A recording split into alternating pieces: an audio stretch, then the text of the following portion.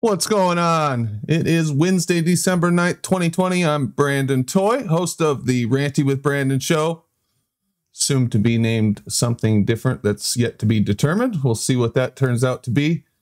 I have had people sending me some suggestions. I appreciate those. I don't know what I'll choose yet, but I've got a few ideas. So we'll see what that turns out to. If anybody has any ideas, feel free to send them to me. And that would be cool.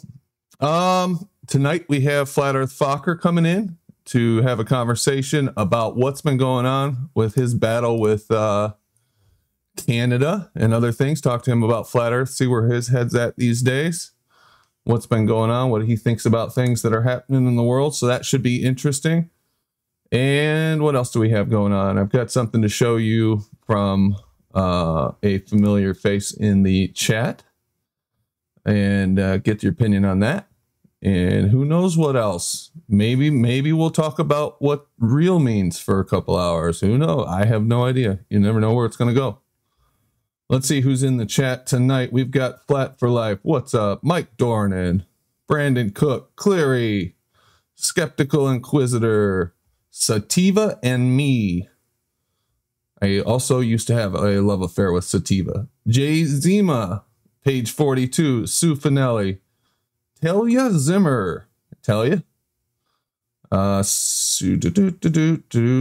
not to read the names twice. Matrix Media, The Bloody Truth, Gadget Inspector, SE Montreal, Ian Adams. My cat's trying to step on the dang keyboard. Come on now, cat.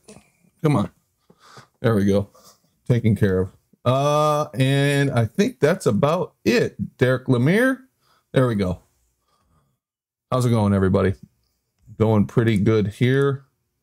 Let me see. We've got a room full in the Discord. We are waiting for Flat Earth Focker. So when he joins, he's going to come into the Discord, and then we'll break off into a smaller group and then rejoin the other group. We'll see how it turns out. We'll see how he feels. If he wants to jump in the pit with all of us, we can do that. That'd be cool. But we'll see how that goes. Hopefully you guys are all hearing me out there. I think so. No one's yelled at me yet, so I think we are. Oh yeah. Let me shill here, show the link. Here is the link for the tip jar. And if you feel like donating to the show, just click that. That'll take you to Streamlabs, so you can do it through there. There's some other ways in the message description that you can find. And any support is appreciated. The biggest thing you can do to support the show is show us something. Bring us a new argument. Bring us a new piece of evidence. Bring us an observation. Come into the Discord and chat. Come into the Discord and join the voice. The link is out there. That's also in the description to the show. Though I have heard rumors that possibly that doesn't work on mobile. I don't know why that'd be the case. But if you have any trouble with it, you can tag me in the chat and come in and join. We have new people join all the time. You don't have to talk even, or you can just jump in when you feel like it. And it's pretty fun once you get into it. I see lots of lights lighting up. So while we wait for Flat Earth Focker to join us, I'm going to jump in the Discord and see what's going on in there. Maybe it's something interesting. Hey, hang on, Jimbo. Why does it have to go? Show me where in any institution, any place that they use the term relative density. I mean, it's called in this quackery. It's been around forever. They just call it. No, it's never been called. Hang on, Jeremy. Hang on. Sorry, you're full of shit. It's called specific gravity. It's actually a thing, dude. No, that's been corrected too. It's the relationships to mass per unit volume. No, the problem with the argument is it started off with you saying that these terms don't even exist, and now you're saying these terms have been debunked. So which one is it? Specific gravity debunk something that not hasn't been used. Listen, saying, dude. Who was trying to get in there? Go ahead. Clearly, specific gravity is not used. Precious little. too much bullshit. Yeah, not in the standard narrative. We got that. We know that. Yeah. But as a theory, it has been used. Those solids, terms have been like used iron, as a theory to falsify. Yeah. Iron won't change its volume at room temperature. 1 cubic cc of iron will weigh the same. Okay? Now, cork... No, never mind. You want to cut in. Everyone cut in. You keep going with your relative density. No, it's okay. It's okay. I'll just... No, I thought you were done. Go ahead. Like I say, it may seem a little confusing, but it's easy to look up. And you can't actually get it straight. Get rid of that stupid relative density bullshit. That was your argument, dude? I guess we've got another failure. Even though I'm a glober and everything, I'd like to see the failure is like that doesn't do it. Actually getting more information and going beyond their ignorance. Right. So you're saying basically your argument is Google it. I got you. All right. Well, no, just research it. Educate yourself. Don't depend on others like me to wet nurse you through your education. We don't want to do that. Were you under the misconception that somebody was depending on you to do something? It seems like you weren't even able to get your nipple wet so that we could feed upon it. Can't even type in to learn a new term for your glossary, or to expand this very limited Maybe your nipples are sore from feeding prior. That's too bad for all of you. I get it. It's too bad. If you really don't want to expand from this and keep in this squirrel cage. Well, Jimbo, what do you want to call what's going on? So what do you want to call until people learn to let their fingers do some typing. So what was your argument again? Yeah. What would you call it? Because you're just gish-galloping and monologuing. The relationship. That's Jimbo, dude. You gotta realize. Volume. Jimbo baffles every day, never making sense, just using words. I'm not mad at him. I didn't even know it was Jimbo. I'm sorry, Jimbo. I'm letting you know this is what he does. So don't expect anything out of him. Except volumetrics. Okay. Things are weighed on what we call strain gauges today. They measure a downward force, usually downward, but they don't weigh pounds or kilos. They measure strain and they convert that to whatever unit you want. So instead of the phrase relative density, what would you call it? Nobody cares. The volumic mass, the mass per unit volume. That's the same thing as gravity. Saying relative density. No, it's not. Yes, it is. Hell no. Okay, Hell okay. No. Hang on. Mass per unit volume is gravity now? I'm sorry, you get the wax out of your ears, son. Let me explain. No. There's no explanation. There's no explanation. Give the floor. Give up the floor for a second, Jimbo. Volume is gravity now? Jimbo, you made your case. No, it's not triggered. I just don't have room for bullshit in my ears. That's what happens when people are triggered. Yeah, just kicked off early today. Okay, are you done? Did you get it all out, Jimbo? Because I don't want to start talking, explaining density, and then have you get triggered. Hey guys, I hate density right into gravity, I hate to interrupt. I hate to interrupt. We just started the show. We're live. And I just wanted to let you guys know that Flat Earth Focker's coming in. He and I are going to go over to the debate room. And I think there's a couple other people that are going to join, SC, Montreal, and probably Travis. And then we'll be back in a little bit. You guys continue. We're going to have a small discussion over there and come back. What are you guys going to talk about? We are going to talk about his battle with... How about you let me finish my... Oh, sorry. I thought you were... Oh, no. You guys go ahead. Go ahead. I'm out. Yes. Okay. Well, that was pretty heated. I'm going to let them get that out of the system. I think we got a good dose of that yesterday, and I got 4 more hours of it to release in the overtime, and that should be enough. Let me see if I can drop Fokker in here into this room. Let's see here. Okay, Flat Earth Fokker, if you're out there, you will see my icon lighting up. Toy Brandon on the left, and just click on that room, and we'll start the conversation here on the left. There we go, lighting up, and we'll see what he has to say. There's SC Montreal. Cool. I won't be talking to myself. SE, What's up, man? You there? Can you hear me? What's going on? He was in and then he was out. Okay. Always something, isn't it? Let me see if I can move him in here. And we'll get this going. Sorry, guys. Bam. Just moved him. SE, can you hear me? What's up, man? Yeah, I can hear you, bro. There Sorry. You are. Okay. All right. I just wanted to make sure. I'm trying to get Fokker in here. I think he might be new to the Discord situation here. Now I've got sure, take your time, bro. I've got the roll on him. And let's see, invite to server. No. Hey, Flat Earth Fokker, if you see it, it's called Debate Room on the left under voice channels. And let me ping him. So what's going on? What's new with you today? While I get this going on, what have you been up to? Not much, bro. You know, the same old thing. Taking it easy. We've been having some exciting after hour shows. What do we call them? After shows. Oh yeah. There's been some good stuff in the after shows for sure. Some lively stuff. Last night was a doozy, bro. With the real, what's real, what's not real. Oh my gosh, man! I recorded like 3.5, 4 hours of that last night after the show. Yeah. I was in part of it, and man, it was like, wow, it was pretty interesting. Yeah, it was pretty cool. Pretty heated. People get heated about what the definition of the word real is. Yeah. And I was trying to get them to say it, and like people were holding back, and I said, okay, I'll tell you what I think real is. I mean, yeah, right. It's like a touchy thing, Brandon.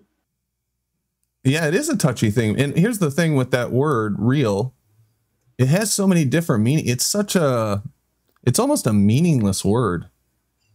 You know what I mean? Because you can define it in different ways. And there's all these other synonyms that are close to it, but have slightly different meanings.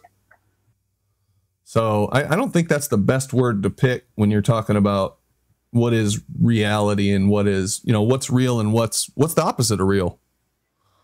Yeah. Fake. Yeah, right. Yeah, exactly. So I don't know. That's a very, very good question.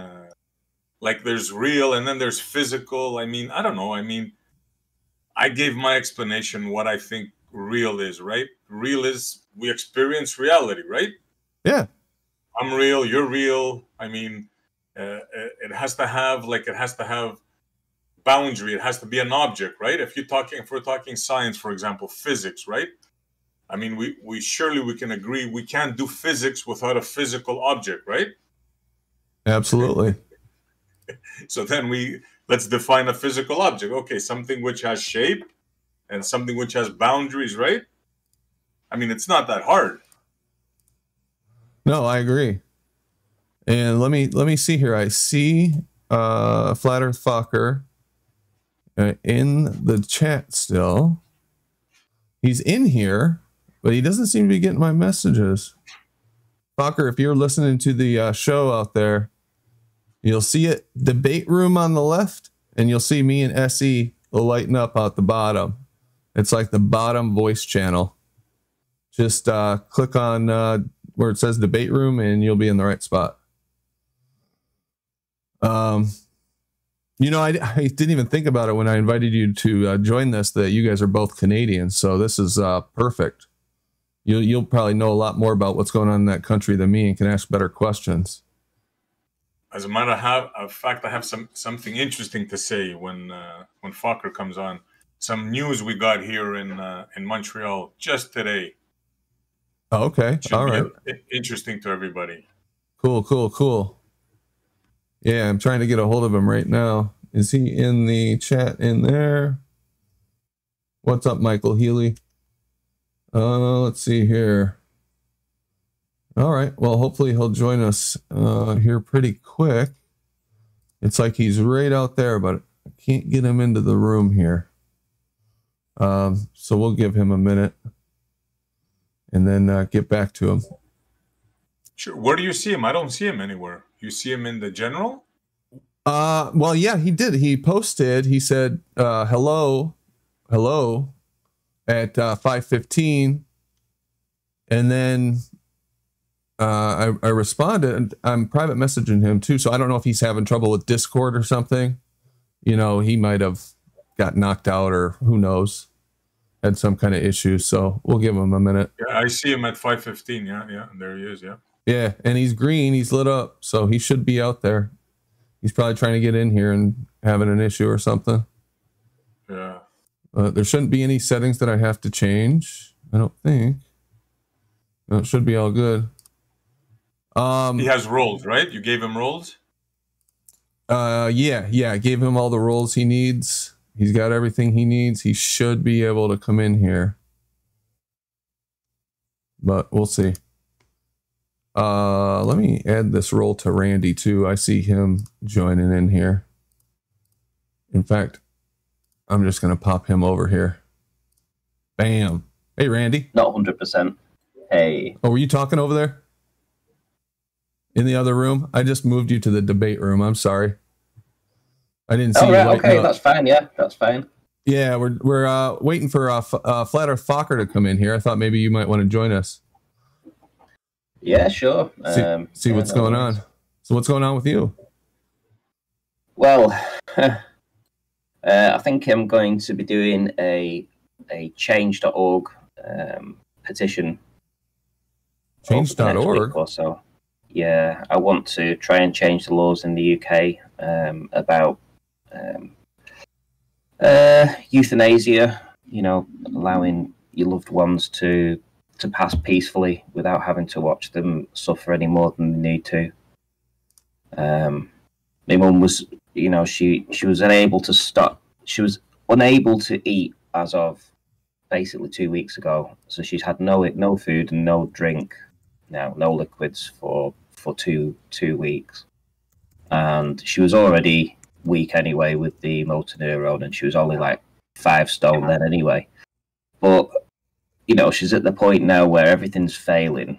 We've had her in Trinity today, and you know, she wants to come home because she's not comfortable there. She can't speak, she can't do anything, and she's just skin on a skeleton.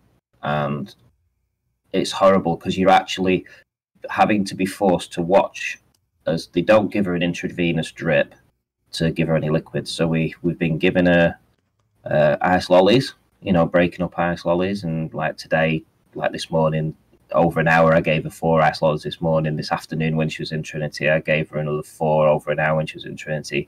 It's the only liquid she's actually getting in because the ice melts in her mouth and she can swallow a small amount. Most of it falls out, but some of it goes down.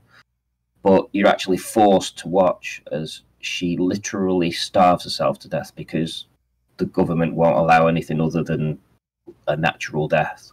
And it feels like, if you've ever seen one of those starving dogs videos where you see that they rescue a starving dog and you see how thin they are, imagine that times 2. That's how thin my mum is. She's just bones, and watching her starve to death is horrible. And I think that I'm going to do a video on it and try and get it to change. In the UK, the laws, there should be something out there where, you know, in situations like this, you just can't. My mum could hang on for another week, let's say. But what quality of life is there? There's nothing. She can't speak. She can't move. Oh, and you're just watching her starve to death. Sorry to hear that, bro. It's terrible what they do. Like it's like they're heartless. I've seen two times things similar to that, Ranty, and I feel for you, bro. I know what you're going through. Stay strong. Yeah, tell us about the change.org petition. No. To tell us about it when you get it up and running, Ranty. I hate to hear you go through that. I went through that with my mom a few years ago, and it was one of the most difficult things I've ever gone through in my life. And as a grown man, there's only certain stuff that can bring you to your knees, and losing my mom and watching her go through something similar was very, very difficult, man. So I feel for you. Yeah. Well, she's back home tomorrow. I think she'll end up dying here. Yeah, I think I will make a video, and then I'm going to put a petition up on Change, and I'm going to say the UK government should really be looking into trying to change the laws on this, because, you know, my mum, she wants to go. My mum's expressed it clearly that she's a finger works. She's got one finger that works, and I can move the pad so she can indicate what she's trying to type, and because she's also got a cataract in one eye as well, so it's quite confusing because she sometimes gets the wrong thing, and it can take a very long time to get a sentence out, maybe half an hour to understand one sentence. And she told us yesterday she's actually living in hell, and she just wants to die. Oh man, I'm so sorry to hear that, Ranty. Well, if there's anything I can do for you, or you need anything, I know we're just internet friends, but you know, let us know, man. Definitely happy to pass that petition around for you. About it too much because I'll end up breaking down, and I don't want to break down. I want to come on and here we are. We're joined by Flat Earth Fockers joined. Yes, Flat Earth Focker has found the room. Yes, what's up, Flat Earth Focker? How's it going, man? Oh man, I finally made it. That's stressful. I haven't been on Discord in probably, I don't know, months and months and months. So that was a bit confusing. Yeah, sorry about that. I don't know how to navigate around here. I was trying to move you in manually and it wouldn't let me, but I'm glad you did finally found us, and it's good to have you in here. I invited SE and Ranty to join us, and Travis, if he can make it. Hey, Ranty. Hey, SC. Good to see you guys. Sorry about your mom there, Ranty. Thank you. How's it going with you anyway? I believe you were incarcerated for a short time there. Yeah, I spent 4 days in jail, and just dealing with it. This week hasn't been that good for me. And I've been down in the dumps. You know the mind games that our mind starts playing with us. So I've been pretty low key and low energy this week, and got to pull up my pants, and sometimes it's just hard to do that. You know, it's just hard to find the energy and the motivation. Oh, absolutely.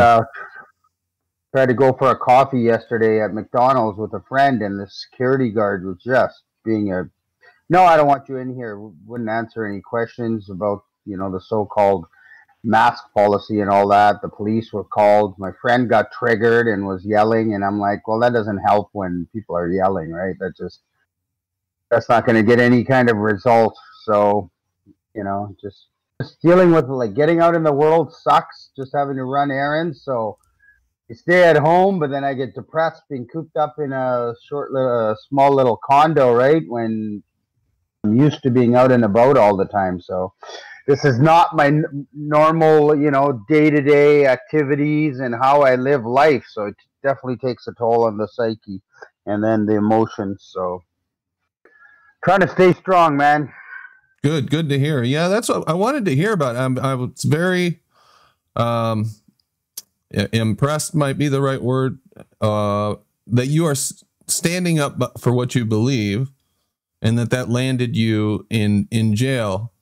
And this isn't the first time that I've seen you in the news in particular for standing up for what you believe. And I was hoping to hear the story and, get your thoughts on behind why you're doing what you are doing and taking the stand that you're standing. So if you don't mind telling the story so our audiences can hear it, what exactly happened? Why did they throw you in jail? Well, because I didn't stay home. I went down to Flattoberfest. It was a last-minute decision. My subscribers were kind and generous enough. A woke doctor was like, buddy, you should go. Here's some money. Oh, we just lost him in mid-sentence. Dang. Yeah. He was breaking up. I didn't want to interrupt. He was breaking up. Well, he didn't break up for me. Sounded quite clear for me. And then just disappeared. Yeah. But he was breaking up for me. Weird. Okay, let me just message him real quick. Yeah. Okay, I've got to check one thing here because there's a couple jokers out there. Let me make sure that this thing is locked down. This is a brand new room that I created so that they're not kicking people out. Let me see here. They shouldn't be able to kick anybody out. Okay. Move members. Kick members. All right. Hopefully he will join us. I just messaged him in YouTube. The story was just getting good too. Let me check and see if he's saying something in there. Not yet. I don't know what happened. Okay. Well, I'm sure. Might just be a signal. It might be just a poor signal. Yeah, possibly. So, Essie, at the risk of having you repeat yourself, what's going on in your neck of the woods? Oh wow, man! It's really, really strange over here. Today, just a couple hours ago, we got a public emergency notice on our phones. You know, the emergency system. I don't know if you guys have an equivalent there. Yeah, we do. Yeah, the governor in my state can send something out to everybody in the whole state. Right. So we got one of these. Let me read what it says here. It says, Quebec alert ready. Public health emergency in effect. All public and private gatherings remain prohibited in red zones, and participants are subject to fines without notice. Police presence has been increased. You are asked to comply with public health instructions. So they can just fine you for whatever. Yep. There's no Christmas is canceled and New Year's is canceled here. You cannot have any public or private gatherings. Wow. That is So you can't even go over to your parents' house or your brother and sister's house for Christmas? Is that what they're trying to tell you? Yep. That's exactly what they're trying to tell us as of today. Are they doing that to you in the UK, Ranty? To be honest, I gave up watching the news on this about 3 months ago, to be honest, because I just knew that they were just going to just implement more bullshit bollocks when it doesn't seem that it's warranted. I don't think there's enough illness going around or people dying of it for the agenda that's going on for what they're actually doing. So, to be honest, just watching that stuff just made me depressed, to be honest. And yeah, I gave up watching. So I have no idea. And to be honest, I have no plans to visit anybody this Christmas anyway. So sure. I'm sorry about that. No problem. Did you guys? Sorry, Brendan. No, go ahead, Essie. I was going to ask you guys if you saw the thing that came out of somewhere in Britain today. These 15, 20 professionals that spoke out against what we're experiencing now. You guys catch that? Shields uploaded it. No, where's this at? It's deleted. You can't see it anymore. It lasted. I wanted to as I was watching it, I wanted to comment, and it got deleted. So who were these people that were speaking out? All kinds of doctors, lawyers, speakers, activists, and they were saying, you know, we're not having it anymore.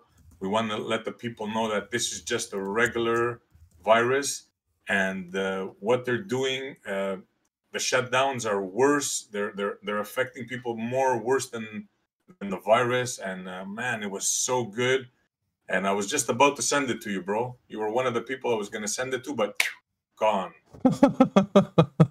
It's pretty amazing how fast they can scrub all of the major sites for information when they're motivated to do so. And they are attacking anybody who speaks out against the establishment when it comes to this thing. I mean, it's crazy. It doesn't matter if you're a doctor, a PhD. It doesn't matter who the hell you are. But a lot of these doctors that are speaking out, they're not just your average, regular, everyday doctors. I mean, these guys. I mean, I saw a video on Facebook.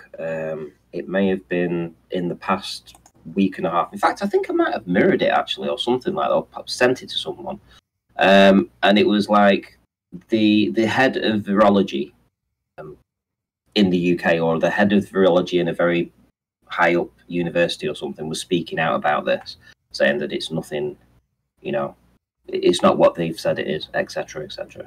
So he's not there's a lot of people speaking out about this now, and it's just, and even then I just knew they were going to push on ahead and just carry on with these lockdowns again, and then they re-implemented new laws, etc., apparently in the past week or so. It's just ridiculous. It really is. Maybe I missed back when this first came out. I was definitely taken in with the imagery from China and what we saw over there and the reports that were coming out over there. Well, I don't blame you for that, Ranty, because the rollout was very clever on their part, because they made it sound like they were hiding something. They were hiding how bad it was in China and other parts of the world. Like, even our press was kind of like trying to hide it and downplay it. And that made me think too, and I think you got the same impression, that they were hiding how bad it was. Yeah, exactly. Yeah, it was quite clever actually. Reverse psychology, I think they call it. But yeah, so I mean, obviously you've got that that was back in at the start of the year. And I think that caught a lot of people off guard, because a lot of people were then, like you say, asking, well, if this is, if this is nothing bad, why are they hiding it, etc. So it was kind of like they played it a different way. Yeah, very clever, very clever. Yeah, they know how we think. I've heard people talk about this recently. Same with Trump. They know we don't trust the media, so what do they give us? They give us an anti-establishment hero that still hires all the worst actors from the previous administrations. I mean, he hired Bolton, of all people.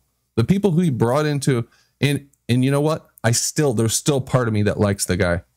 There's still part of me that wishes he won. I just think it's all manipulation, man. Well, I still think there is some kind of illness out there for sure. That's not your regular flu. It is something slightly different, and it will kill you in a different way. So with that, I'm in agreement with. But to say that it's, if it was to just go rampant, that it would end up killing 20% of the population or something, that's just not going to happen. Right. But they would make you think that. Oh, absolutely. And I do see Flat Earth Focker has made his way back in. Maybe his phone died or something. So hopefully he'll find the room again. But yeah, I saw. What do you mean he found his way back in? Does that mean that he's just joined the server? You mean? Have you got? No, he was in. I just checked that he was in the server. He didn't get booted from the server or anything like that. I think he was offline. Okay. So maybe his phone died, or Discord completely died. But I do see him back in the server. So hopefully he's coming in. But I did want to mention, I saw how they're rolling out the vaccine in the UK. It looks like they marched out a elderly woman and did a big dog and pony show. That was something, man.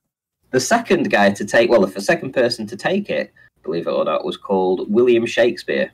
Come on. No word of a lie. No word of a lie. This is wow. Genuine, 100%. But that old lady, that was all symbolism, eh? Like, weak, old, frail lady, we're going to save her.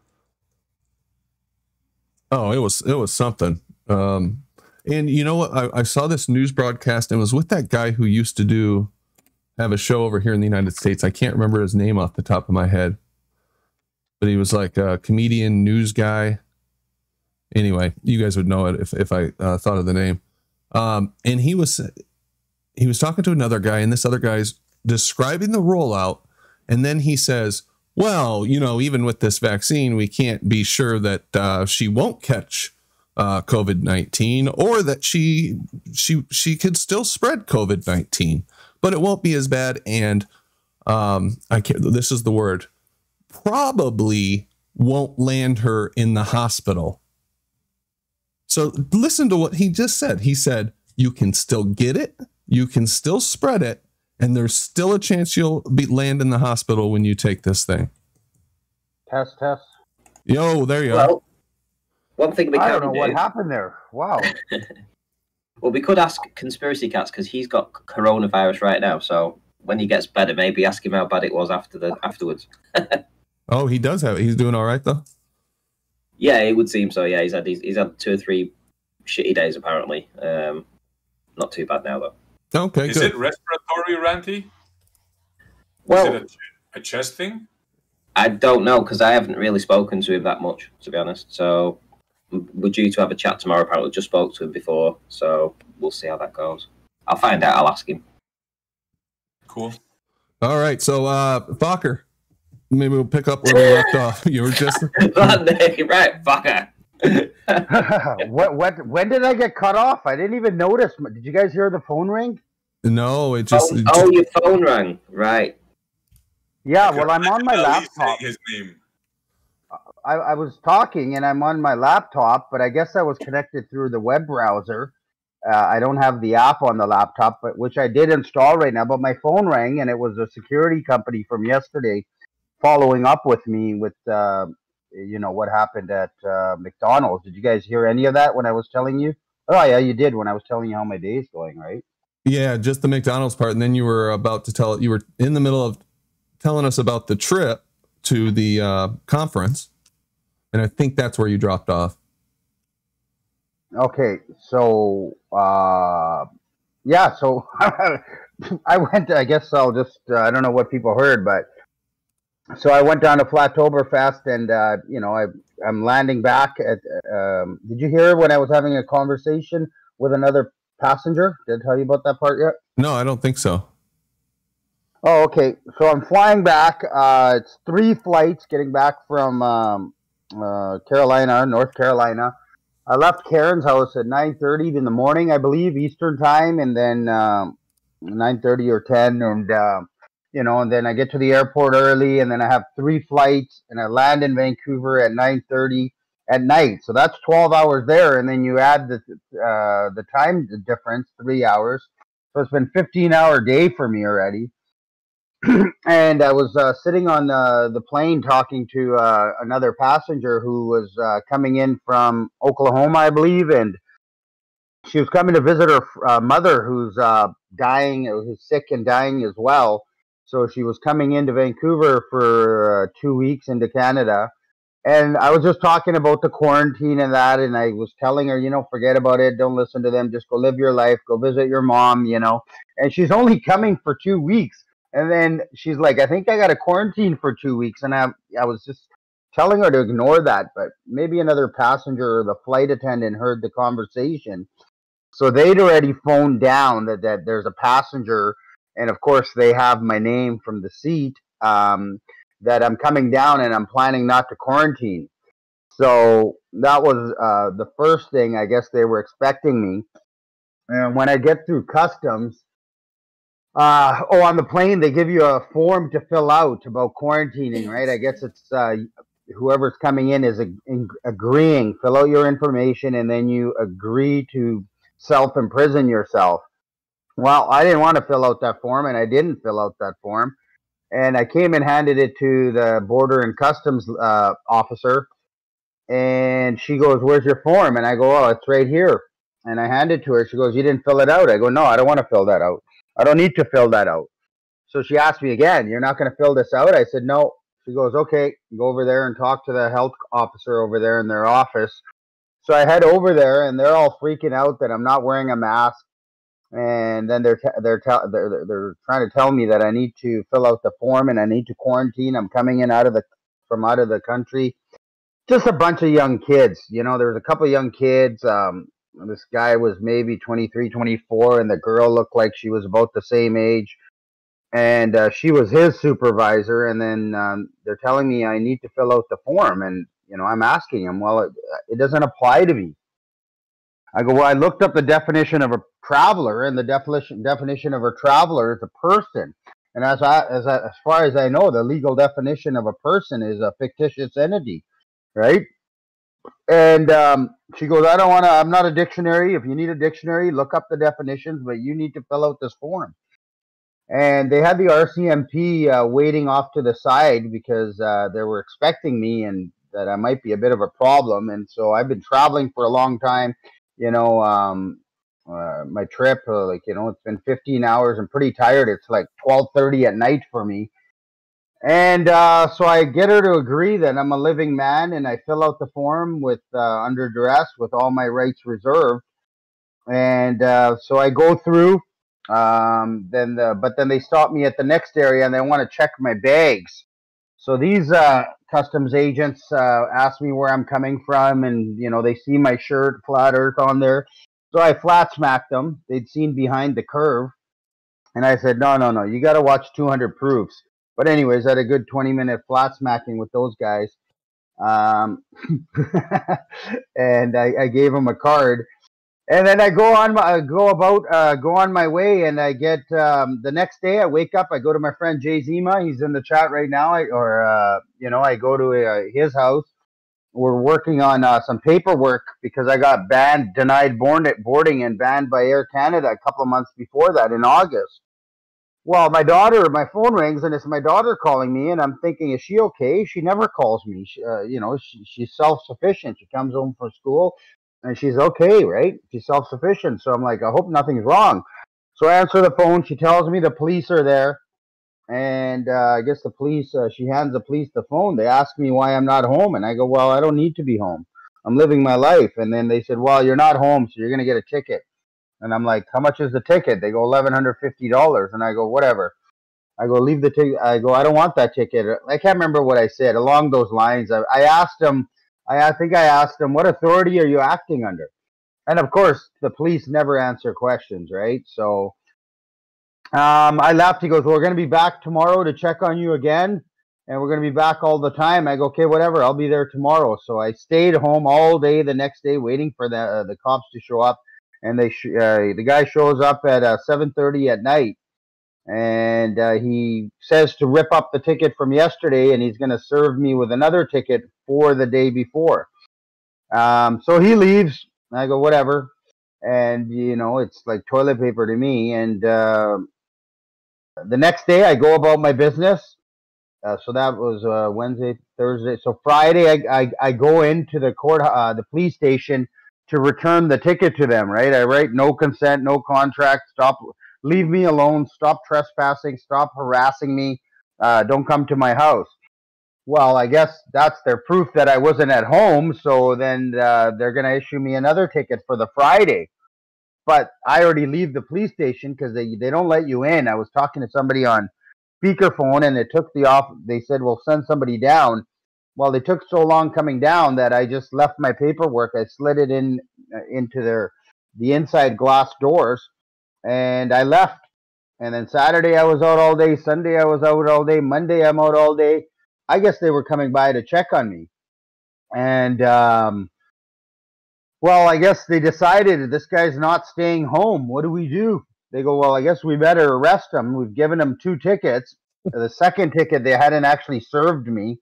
But they made a decision to arrest me. So they were waiting outside my parkade all evening.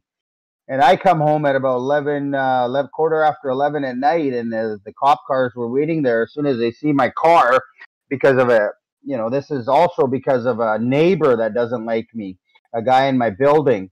So he'd been phoning the police, monitoring my social media. He knows I'd been out and about.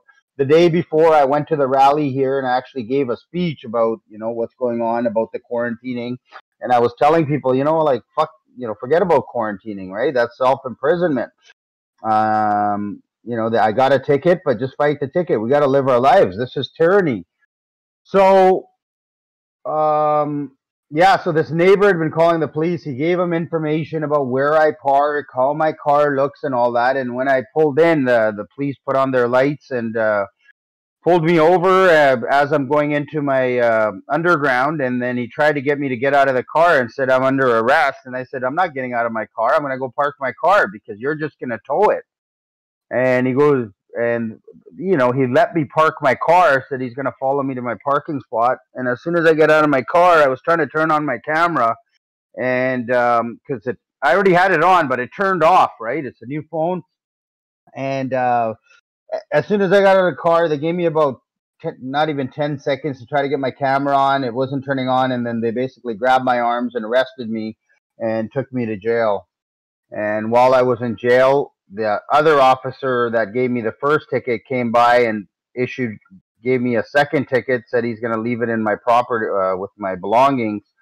And then I guess I needed a bail hearing, which surprised me. They delayed my bail hearing on the Tuesday morning. I got a call from duty counsel, and he says they're going to do your bail before like 12 noon. So he got some information on what's going on with me, why I'm in jail. This was about 9:30 in the morning.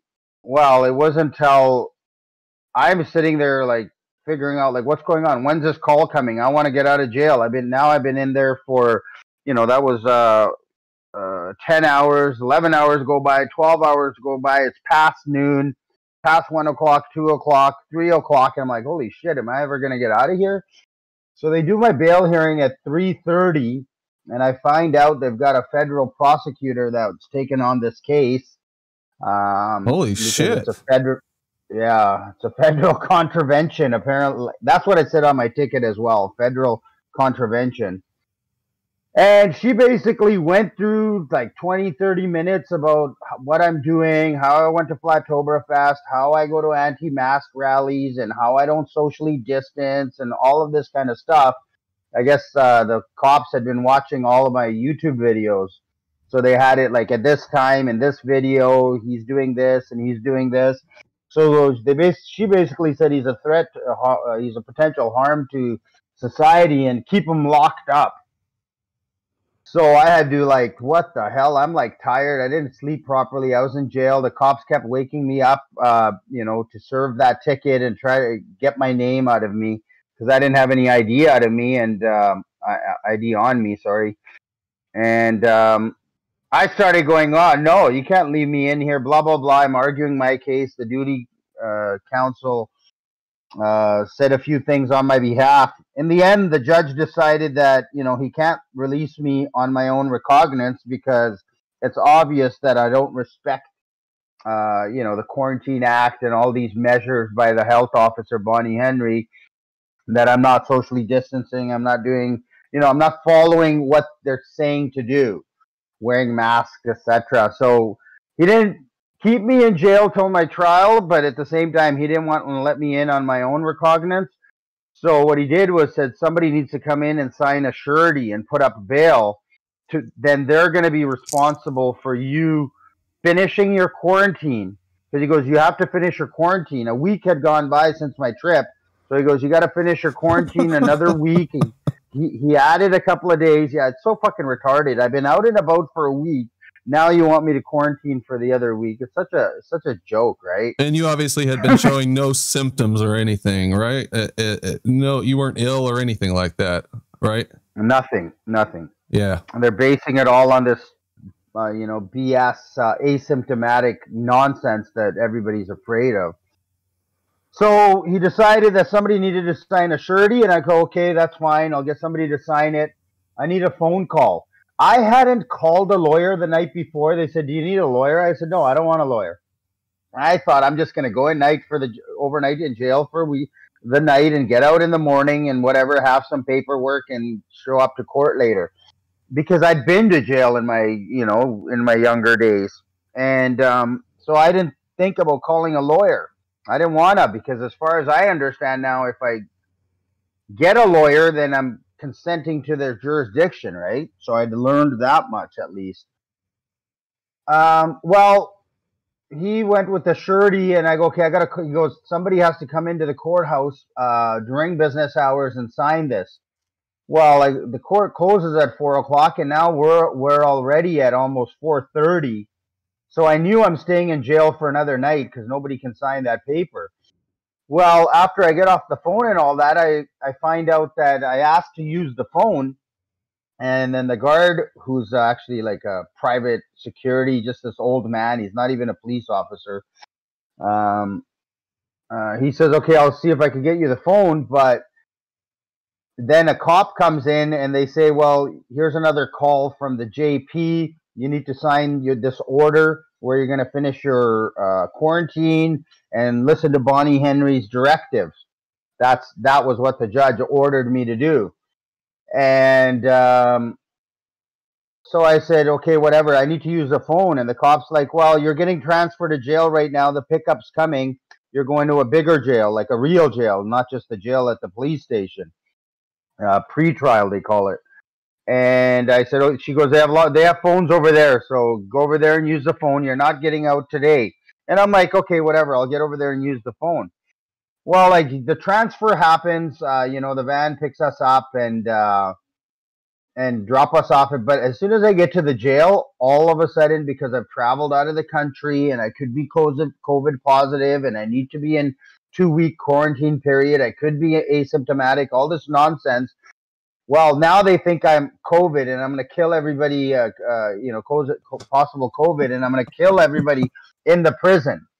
So, they told me to put on a mask just to walk. He goes, I know you don't want to wear a mask, but put this on you just to go over this, just in this common area. So they check me into jail, do the whole thing, move your balls, bend over, all that, open your cheeks, blah, blah, blah. Yeah, I've been through it, unfortunately. Yeah. And then I kept asking to use the phone, and they said, well, you can't use the phone because you can't go into the common area. And I go, well, I got to call somebody to come and sign the surety. Nobody, and I'm also freaking out in jail now the next day. I go, overnight's fine, but then now the next day, nobody knows where I am. I haven't made any calls. My family knows, nobody knows where I am. So now that stress is just weighing on me, right? It's like torment. And then they wanted me to do the test. They go, well, we got to do the test. And then when you get your results back in a couple of days, then you can use the phone. I go, what are you talking about, a couple of days? Yeah. They don't have any fucking Lysol at the jail or what? That's ridiculous. They can't put it in a plastic bag and have you use it? Then come on. It's absolutely ridiculous. I mean, I didn't even think of that because I'm tired. I mean, but that's their policies. They go, no, you can't go over there. And so you'll get if you do the test, you'll get your results in maybe a day and a half, 2 days, 3 days tops, and then you can use the phone. So basically they decided that they had some health officer there as well. And this guy looked identical to the guy at the airport. And I thought it was the same fucking guy. It was this young Indian kid with a turban on. I mean, like, what's the chances of that?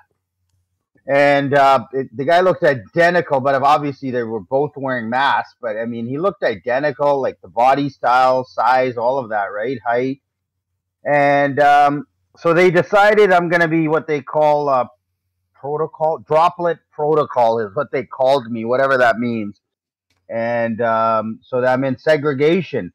Well, I refused the test, thinking that they can't do this. They can't force a test on me, and they got to let me use a phone.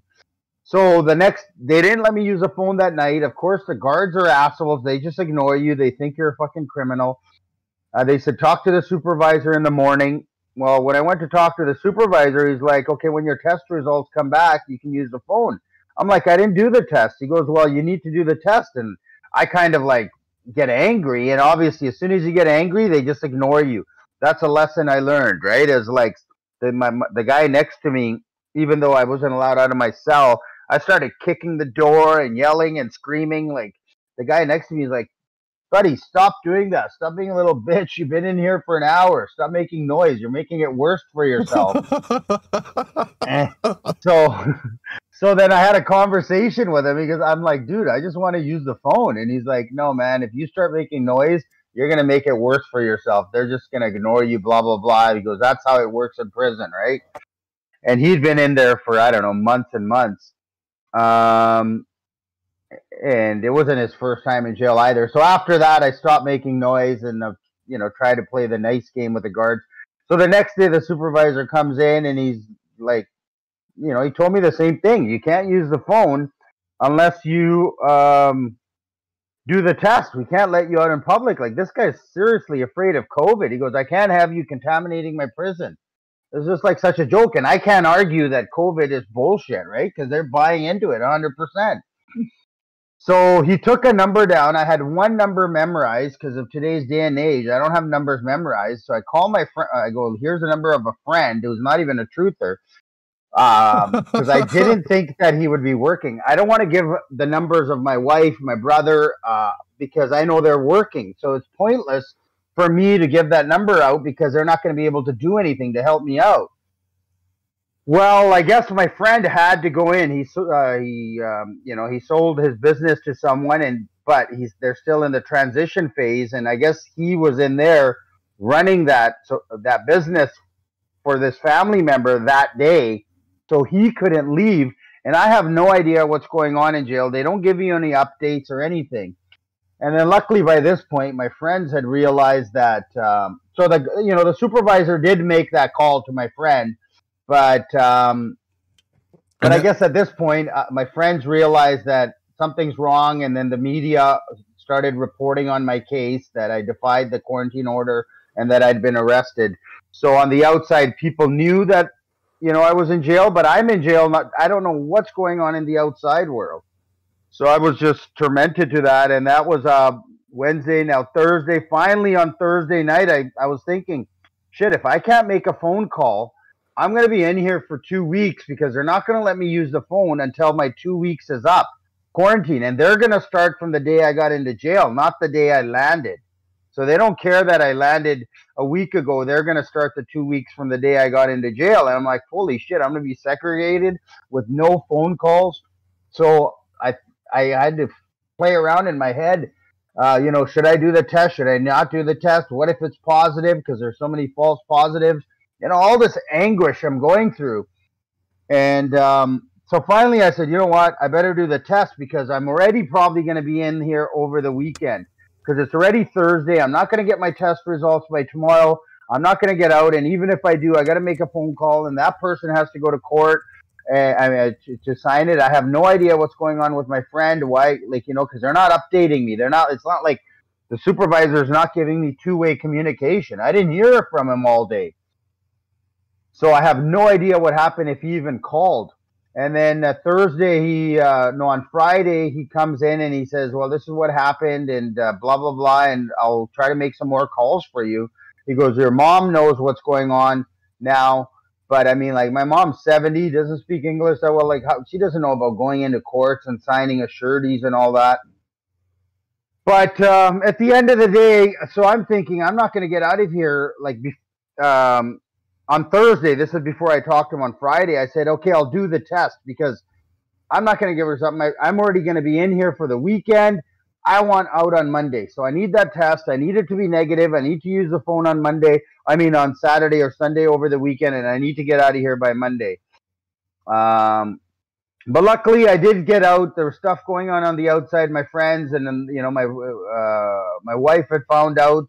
So I guess they were able to go in and sign the surety on Friday. She gave up her whole day. Luckily, she was off. And, I got out about 4:45 on the Friday afternoon. Wow. So you were in there, what, a total of 4 days, you said? 4 days, 90 hours, yeah. Oh, my gosh, man. And so, you said it was making news. Was it like making local, regional, or national news? Well, I mean, the internet does turn up national. It might have went national. People have, I think, heard about it, but I mean, they just played it on the provincial news here. Okay. Global, CBC Global. I think CTV might have done something. Well, that's plenty for everyone you know to hear about it for sure. And the thing is, like, when I was in the news in March, there was about 7-8 articles and stations and newspapers, radio stations, etc., that kind of did a hit piece on me, reporting on my yoga studio getting closed. So this time, I think if you put it into Google, there was like 4 pages that came up. If you put in my name plus quarantined, some sort of AI bot, or I don't know what it is. Every friggin' independent, or not independent, but small, ethnic, this, Chinese, Indian, like it was 4 pages of articles on me this time that I got arrested for breaking the Quarantine Act. It might have even been 5. I stopped at 4 pages. I go, this is fucking ridiculous. There's 80 or 90 articles about me. I mean, of course, some of them, maybe 10 people are going to read or whatever. You know what I mean? But after the big stations. Oh my gosh. So when they had a package waiting for me when I got out. It was the police report and, you know, blah, blah, blah. I got to show up to court on my release order. So basically, they charged me with 3 counts. So after the 2 fines of $1,150, they escalated it to actual offenses of violating the Quarantine Act, not just fines. Now, these offenses could lead to big fines up to $750,000. And I think it's either 6 months in jail or 2 months in jail. So that's what I'm up against right now. And they need to make an example of me. Yeah, it sounds like they're gearing up to do that for sure, man. Especially if the case went federal. I'm thinking that they're going to want to make sure that everyone knows that you got slammed, man. Not to scare you. I mean, I'm sure it'll all go away, Focker. That's what I meant to say. I'm sure it'll just fade off. But man, so how you feeling? How are you feeling about it now? I mean, hold on one sec. Sure. Trying to tag somebody here, but like I said, right? It's up and down. My feelings, like, you know, obviously that first week I'm in quarantine. Now I can't leave my house because, you know, I have an order and you know, somebody signed a surety and there's bail on the line, money on the line, so I had to stay in my house, which kind of sucked. I spent 4 days in jail and I come back and I got to spend another 6. What is it? 1, 2, 3, 4, 5, almost 5 days in jail. Saturday, Sunday, Monday, Tuesday, Wednesday. Oh yeah, another 5 days in jail in my own condo. So, you know, that was pretty stressful because I don't know what I'm going to do. And then I got to go into court, and I was able to connect with a few people that know law, common law, not this stupid civil crap. So I was able to have conversations with, you know, Cal Washington, Mike Kavanaugh, and Amanda Vollmer. And then at the end, I was able to talk with Christopher James.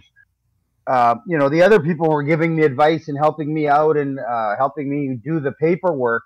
But at the last minute, Christopher James from warriorcalls.com decided he's going to help me out and he's going to help do the paperwork and all that. So it's almost like I was starting over. I had my paperwork ready to go, and I just wanted to talk to Christopher, basically get his input as well. To see if, you know, but after I'd spoken with him, and then I was going to file the paperwork I needed to file, but then it all got changed. And then working with Christopher, now I had the whole weekend like that, like Wednesday, Thursday, after I talked to him. This is the following week, so I'm all stressing out, and he's got me doing this, printing this, scanning this, getting this together, you know, doing this. So that, you know, that was quite hectic. Getting all of that in, and it's all new to me. And basically he decided he's doing it a different way than the advice I'd gotten. Kind of similar, but a lot of, you know, different. And after that, I felt pretty confident. After the first time going into court, I was a bit nervous, but when I went in there and I experienced that the paperwork that he had, done up for me had an effect where when I walked in front of the judge, she didn't let me cross the bar. She opened my file, and then as I was about to cross the bar, she goes, "Stop right there. Don't come forward." So she basically freaked out and didn't know how to deal with me. So there is, some truth to, this. There's a lot of truth to what Christopher is saying and teaching and what I've been learning the past 5 years about common law and civil law and living man. All of this kind of stuff. Really? So yeah, how am I feeling now?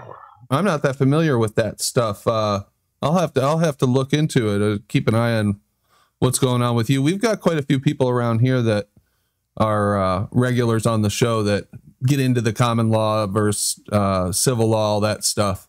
But I've never looked into it. What was the name of that person you said? Christopher what? Yeah, Christopher James. The that's his name, and his website is Warrior Calls, plural in the calls.com. And his BitChute and his YouTube is at that same name, A Warrior Calls. And he's got some introductory videos that you can watch. They're pretty short, like 5-6 minutes long. But to understand the fraud, what I would recommend people do is search on YouTube. It comes up right away. Strawman, Nature of the Cage. And watch that full version. It's about 2 hours long, and that'll give you a basic understanding of the fraud that's been perpetrated against us. Like, I think that's a kindergarten, nice introductory knowledge, so people start understanding, and definitely recommend everybody watch that to start. And go on warriorcalls.com and listen to Christopher's introduction videos on this matter as well. Yeah, I'll have to check that out. So what's the next thing that's going to happen? I mean, are you going to have to go to trial, or are they charging? What are they threatening you with from here out? Well, so the first court date was like an arraignment type of thing where they want me to enter a plea. As soon as you enter a plea, you submit to their jurisdiction, right? Civil. So my job was not to enter a plea, which I haven't done. I scared the judge. They bounced me around between a couple of different courtrooms. They had me up against the judicial case manager at first.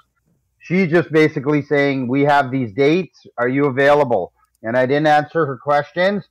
And I said, I have paperwork in front of the court, blah, blah, blah. So she moved me in front of a judge or a JP.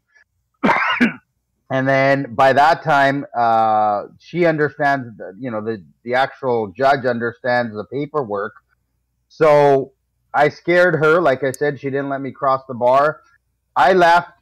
Sheriff called me back in, and they sucked me back in front of a JP and got me to come back a week later and said, we're going to do this by Zoom. I made a mistake there. I should have been like, no, I'm not coming back. And anyways, I did agree to come back to basically repeat the same thing over again, but this time they wanted me to do it by phone or by Zoom. They told me it would be by video, but then I found out later it wasn't by video, it was by phone. So we set up, a bunch of people came outside the courthouse, and we repeated the same thing from the first week. They still don't have jurisdiction. The sheriff tried to hand me a piece of paper. I guess they went ahead and set a trial date, because that's what they're trying to do. They're trying to set a trial date. They're such criminals. They're so fraudulent that they just steamroll us into their jurisdiction, and they want to go ahead with this trial. But I haven't consented to any trial. I haven't agreed. I haven't even entered a plea. Sometimes the judges will enter a plea for you if you refuse to enter a plea. So I'm kind of in limbo what's happening in the court end of it. Somebody did do a search, and apparently my name is on the list for a pretrial hearing somewhere in the end of January, but they haven't sent me anything. They tried to drop something off at my house, but I didn't take it. The guy was calling to get into the building, and I said, I don't want whatever you have, return it back to whoever sent it. I'm assuming it's the federal prosecutor. So I don't even know what it was. It was an envelope. They tried to deliver it. I said, I don't want it. I didn't even go meet the guy. I actually wasn't at home when he called me. I go, I'm not at home. So then they tried to deliver it to my mother's house, and I told her, if anybody comes by, just don't accept any envelopes. And she said they tried to come by yesterday and deliver it, and she said, no, he doesn't live here. I don't want it. So that's where I'm at. Christopher James is working on the next step on his end. Also, during this time, what we did was before my hearing.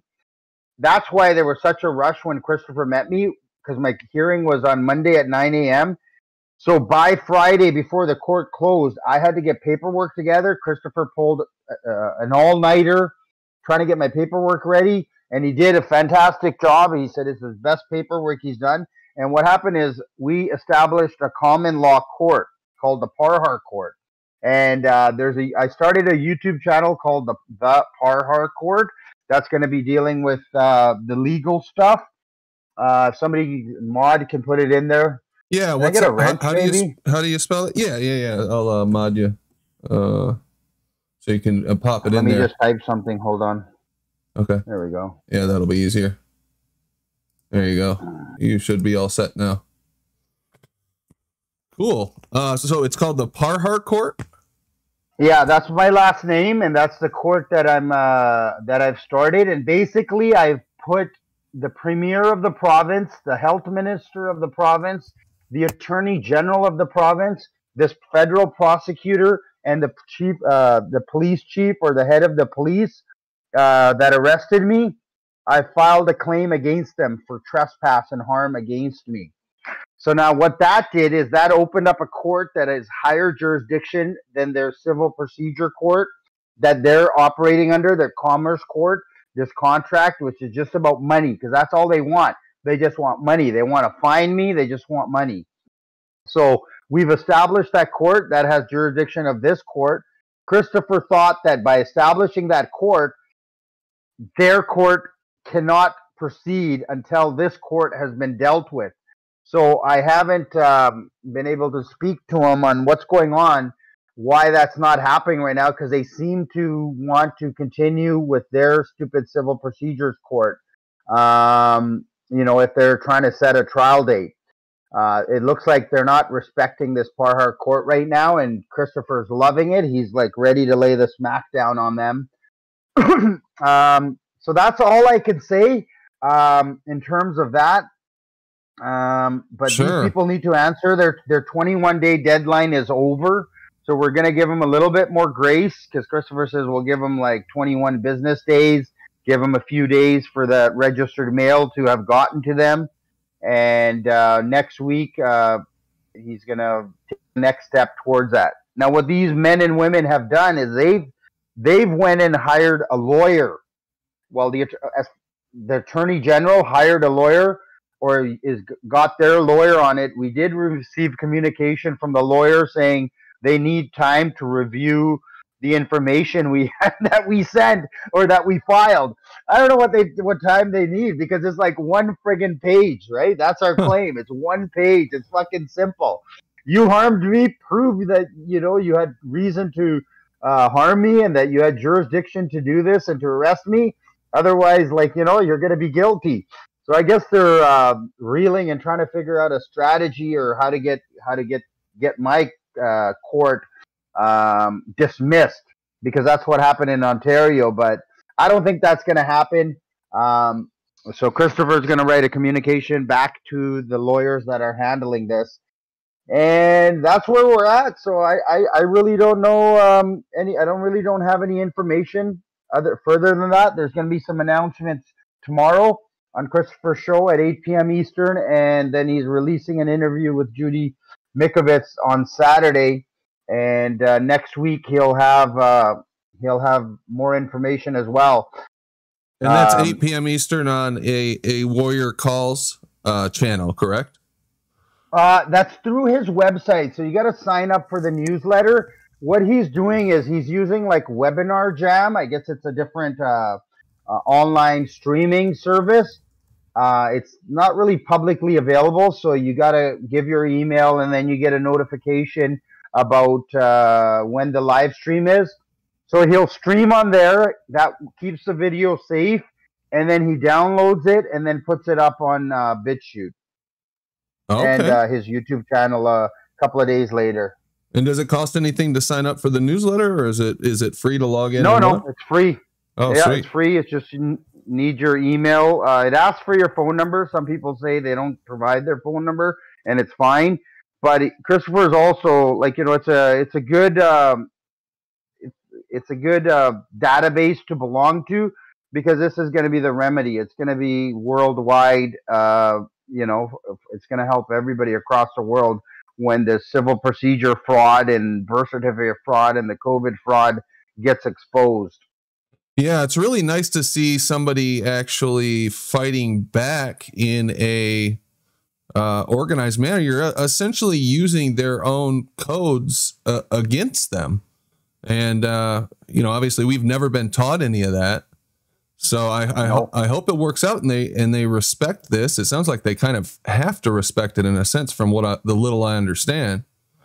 But that's fantastic that you have that avenue and these people that are going to help you fight this. So you're in a big battle, man. I don't envy you, but I am impressed by your fortitude to stand up for what you believe. Yeah, well, you asked like what, you know, why I'm doing this. It comes down to like, well, first of all, am I going to submit myself and be in fear coming back from a 4-day trip?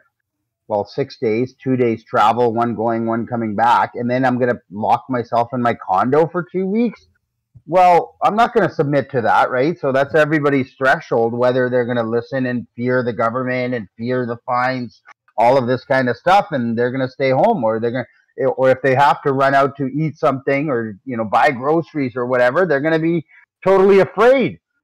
And then after that, it's, you know, they made an example out of me. I got a neighbor that kept calling the police, is what I'm finding out. He'd go down to the parkade and see that my car wasn't there, or he'd see me live on YouTube, and you know, so he's calling the police to do something about me not following the Quarantine Act, like the stupid order. So, you know, there's a lot of situations. I almost feel like I was chosen to be in this situation. I just wanted to go to Flattoberfest, have fun, come back and go on with my life. I didn't want any of this happen. I didn't want fines. I didn't want to get arrested. I didn't want to go to jail. But at what point do you bend down and say, all right, stick your dick in my mouth, you know? Oh, absolutely. And the way this world is, you find yourself, if you are true to yourself and refuse to submit to what you see as violations of your natural rights, then you will find yourself at opposition like you're finding yourself. And it's at that point, in my opinion, that makes us or breaks us, because all too often and for far too long, we have all submitted. Yeah, we submitted because we were duped. Yeah. You know, when I first time I watched Strawman Nature of the Cage, you know, back in 2016, all the truth videos were coming on the suggestions. You know, the Hollow hoax came there, the Sandy hoax, everything was just coming up in 2016 for me. And I clicked on Strawman Nature of the Cage, dude. I was like blown away, and I was angry at the same time. I've paid fucking thousands and thousands of dollars in tickets and license suspensions and blah, blah, blah, and driving without a license, all of this kind of stuff. And I was so fucking angry. But we've submitted because we don't know. Or, you know, then you got the statist cucks that believe that's the way it is and that's the right way. So I think normal people, when they realize this fraud, like, we get angry, but we're submitting to it because we don't know. We think that's how we're supposed to live life, and these people actually have some kind of authority over us, that they have some kind of ownership over us. Yeah, so we're in ignorance. The psychological warfare has been going on for centuries, and it's a pretty amazing thing to behold, especially when you start waking up to the different aspects of it, like you described for you in 2016, and took me a year or two later. But when you start waking up to that, it is pretty mind-blowing. They definitely know what they're doing, but good on you, brother. I would open it up to Ranty and SE if they have any questions for you, since I kind of... Sure. Can you guys give me 2 minutes to go to the washroom and get another coffee? Oh, absolutely, man. Yeah. All right. We'll chit-chat while you're gone. Hope everybody's enjoying it out there. He did mention a couple of websites. One was A Warrior Calls, which is on screen right now. That's not his, but it sounds like that's Christopher, I think James. Christopher James. And it looks like he's got shows if you sign up for the newsletter. And then we've got his own channel, which was the Parhar Court on YouTube, which I just subscribed to so I can keep tabs on what's going on with this, and a few others have too. since we brought this up. So it'll be interesting to see how this plays out. Now, of course, here on the Ranty channel, we are not condoning or saying that anybody should do anything other than listen to and believe everything that the establishment and the authorities say 100% of the time, like good little citizen lemmings, of course. But yeah, but exactly. It is what it is. So that was an interesting story, man. Wow. Right? And I can't believe that, Brandon. I can't believe that it's happening in the country where I live in. I'm sitting here listening to it, and I'm thinking, is he talking about China or the old Soviet Union, or flashes like that were coming in my head. It's astonishing. It does. It sounds like a story you'd hear about from the Soviet Union, like an old Eastern Bloc country. During the 80s or something. I used to hear these stories about people escaping and taken to jail for no reason, and neighbors ratting on neighbors for. Yeah. And we have to tell good for the system. Call in, comrade. I mean, I can't believe this, man. Wow. It's really something to behold. It's not much different down here either, Essie. They're ramping it up, especially in Michigan. I'm so close to you guys, and we seem to be going through the same thing. I haven't heard too much about neighbors ratting on neighbors, but I don't live in the cities. I know in the cities things are a lot different. Out in the country, you're still walking into stores. People aren't have masks on. People are like, yeah. They're not taking it that seriously, and that's what I find, that the further away you get from the metropolitan areas, the less people are locked into this system mindset. I wanted to ask Fokker something when he comes back, because I was wondering if he got the same, the same notice that I told you guys, the emergency notice there. I was wondering if that's Canada-wide or just here in our province. Yeah, I know when they send it out here, you'll be, sitting there in a meeting or walking on the street, and all of a sudden you'll hear everywhere, beep, beep, beep. Yeah, bro, it's like in the movies, man. Yeah. It's like, oh. Yeah, it's a little creepy. And now they're talking about tracking you, this tracing and notifying you if you even come into contact with someone that has COVID. I mean, a lot of people are not aware that, your phone, they can know exactly where you were. Like, I mean, each street, where you stopped, everywhere. There's like a tracer on you at all times. You can check yourself. I know. Who was it that was saying yesterday that they got an email from Google that showed everywhere they had been within the last month or so? Oh yeah, you can do it. You can check it out yourself. It's available to yourself. You can check where you've been. I first found that when I went on vacation, and I looked and it said, you were in this hotel, I go, what is this, man? So if Google has it, then the government has it, guaranteed. It might almost be worse giving the information to Google than the government, because God knows who they're sharing it with or what they're doing with it. Yeah, it's really scary, Brandon, and we are at that point. We really are at that point. No, we are. Yeah, I have a feeling they're building or probably have already built some kind of full,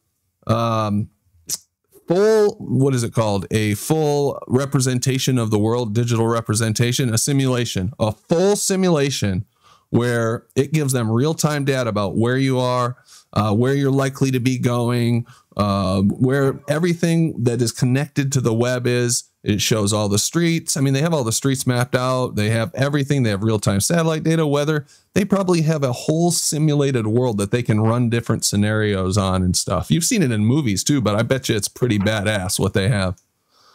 Oh yeah, bro. Just, the other day I was driving, I was using the map thing. And as you're driving, right, you're getting now commercials.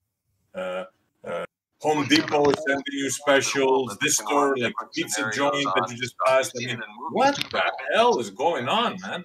Imagine now they have this technology. Now imagine what the government. Oh yeah. Oh, you back, Fokker? Yeah, I'm back. Thank you. Sorry, I forgot forgot to turn the hot water on and went to the washroom and then came back and I had to turn it on again. Oh, no problem. No problem, man. So SE, I think you had a question before Fokker walked away. I'll let you two Canadians go at it. Yeah, thanks, Brandon. Fokker, bro. I wanted to ask you a question because today here in Quebec, we got this emergency broadcast thing that broadcast a warning about COVID. I was wondering, where are you at, first of all? Are you out west? Yeah, I'm in the Vancouver area. Oh, cool, cool. Did you guys get a warning today? I haven't got anything. I think we got something last week or the week before. Some emergency broadcast text where the phone started beeping. Yeah, we got the test last week as well, but today we got an official statement. Hold on, let me see if I can read it out for you, bro, so because I think you missed it. Check this out. Quebec alert ready. Public health emergency effect. All public and private gatherings remain prohibited in red zones and participants are subject to fines without notice. Police presence has been increased. You're asked to comply with the public health instructions. I like that word, comply. What do you think, Fokker? Man, we haven't received anything like that because our orders are not that strict as your guys's are. I think the message they sent last week was, I didn't even read it actually. I think it was just kind of testing the system, but we haven't received what you received yet. That's insane, dude. That's insane. I mean, I was listening on the phone. You were saying what happened to me is like something in communist China or Russia in the 80s. That's exactly what's happening. You know, we got this device on us, carry it all the time, and they're going to dictate what we do and force their control upon us. It's insane. Yeah, exactly. That's why I added to the thumbnail, you know, the communist flag on the Canadian flag, but you could add it to all of our flags pretty much. It's like we are seeing it happening. People have been talking about it for a long time, and we appear to be witnessing another step in the direction of this one world government that they want. Bro, they canceled Christmas, bro, and New Year's over here. I mean, I'm speechless. They canceled Christmas and New Year's in Canada, in Quebec. Yeah, I think it's canceled. Christmas is canceled here as well. Just to be safe, they pushed it till January 8th because they know people are going to try to have some gatherings and that could spread COVID again. Oh, my gosh. They don't want us having fun. They don't want us socializing with each other. No, it does seem that way. And I don't know about you guys up there, but down here, we have a ton of businesses that are going under. Restaurants are hit massively. Anything service related, you know, bowling alleys, all that stuff where you have to go in person and be around a lot of other people are going out of business left and right. It seems like all the wealth is being conglomerated into Walmart, you know, Myers, the big box stores, the corporations, the multinationals, where I guess you can't catch anything at those places, but the mom and pop ones are all being shut down and put out of business unless they've got a nest egg put away or they take government money. Yes, sir, bro. They're going after the middle class. I've said that from the beginning, bro. They want the mom and pops closed. They want everybody working for somebody. It's really, really, wow. Well, evident. I was watching something came up on Fox News Business just on my feed on the side. Of course, they always suggest Fox News, but I decided to click on it. But I guess they were actually telling the story about a bar owner, restaurant bar owner in Southern California that's got her restaurant set up, you know, 7 feet apart, tables, all of that. She's got her staff in like visors and gloves and all of that, doing her best to stay open.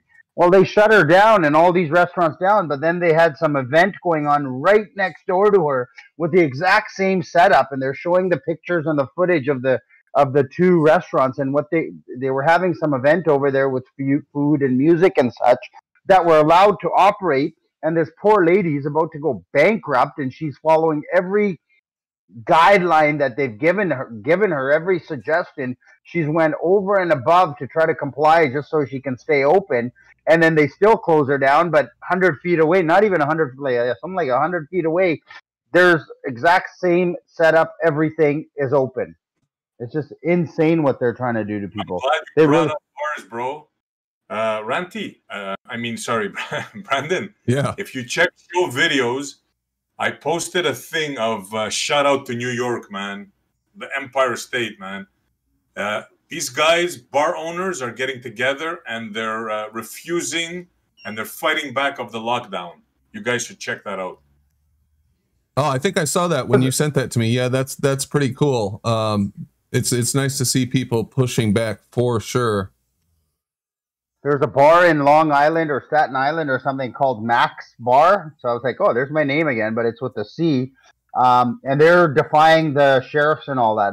They're staying open. And they're like, take my business license. We're not operating a business. Free beer, free food. Come on in, eat it, leave a donation. You know what I mean? It's all by donation. So they're circumventing the authorities that are trying to, close them down. And that's what we need to do. Like, more people need to wake up. But I mean, I just texted somebody happy birthday, another yoga studio owner on Facebook, and talking about how hope you can weather this storm and stupid government tyranny. I said the best health is healthy immune system. Best way to deal is blah, blah, blah, sweating, drinking water, diet. And he said, thanks, Mac. Unfortunately, not everyone is able to do these things. So I like to do my part. I trust science and ensure that everyone I come in contact with is safe. If these business owners aren't going to wake the fuck up and they're ready to lose their business, it's almost like they deserve it. Some of them. I don't mean to be. Don't blame them. People are actually genuinely terrified. Some of them, bro. Really? Yeah, of the virus or of the government. Oh, well, yeah, well, they're both viruses. They're both. Good question. So I mean, we're 9 months into this. Like, I understand people being afraid. I was afraid for a week. Back last November when I saw the videos out of China before I realized they're bullshit. I had a little bit of fear in me for a little bit until I investigated. Well, these people a year later have refused. Like, all the information is out there. They know there's mask rallies, let's just say we are anti-maskers and COVID deniers, and let's use their terminology. They've seen enough Facebook posts and sharing from enough people, and yet they still choose to believe it. And I understand that fear, but it's time to grow some balls and use your brain. So at what point do we stop making excuses for them? Yeah.